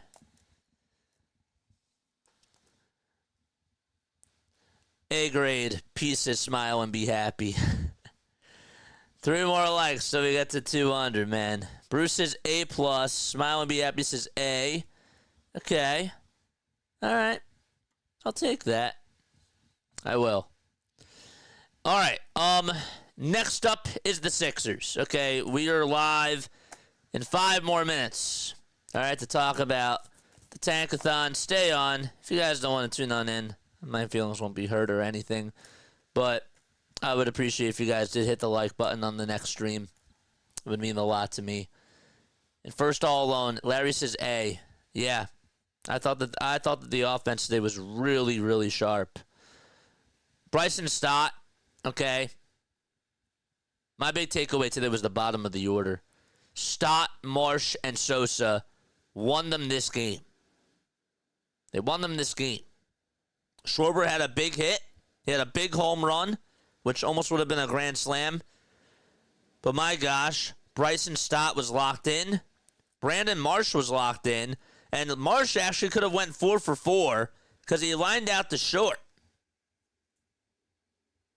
But great win today. Really good win. The bullpen was the bullpen. I'm happy that they didn't go to their high leverage guys. Something to just keep your eye on. Joe Ross did okay. Did he give up the RBI single at the end? Yes. I think a lot more people would have went with an A if Hernandez and Ross didn't pitch. And if it didn't linger on. I think that then we would have had an A. But I'm not letting that skew my grade. I think I'm going with an A today for them. It started off by the 5th inning, my grade was at a B. I think it was a solid B. But yeah. An A is what I go up to. That's the type of offense I need to see this year. And it wasn't just the long balls. They got the home runs. They got the home runs because of how patient they were at the plates. That's why they got the home runs. Luzardo was phenomenal. Jesus Luzardo was electric today. Did he give up the 2 earned runs on the 2-run homer? Yeah. Other than that, though, he actually looked like he was a top pitcher. He did. The slider was disgusting. He looked locked in. Jesus Luzardo got the win, and he deserved it. Poche got the loss. No, he didn't get the loss the last time, but he deserved it. But yeah. Oh, wait, yeah, he did get the loss the last time, so he gets the 2 losses. But yeah. 200 likes, let's go. The 6th was an A+. I agree with that. The 6th inning is when they really turned it on. And the 7th was an A+ as well. I'm not... The 2 walks that Casty and Stott had back-to-back. Casty and Stott today took a lot of walks. They did. They took 2 walks each. I really liked what I saw. It's funny. All right. Time to head on over to the next stream. Okay? See you all over there. And yeah, man, go Phils. Go Phils. Good stuff today. Good stuff.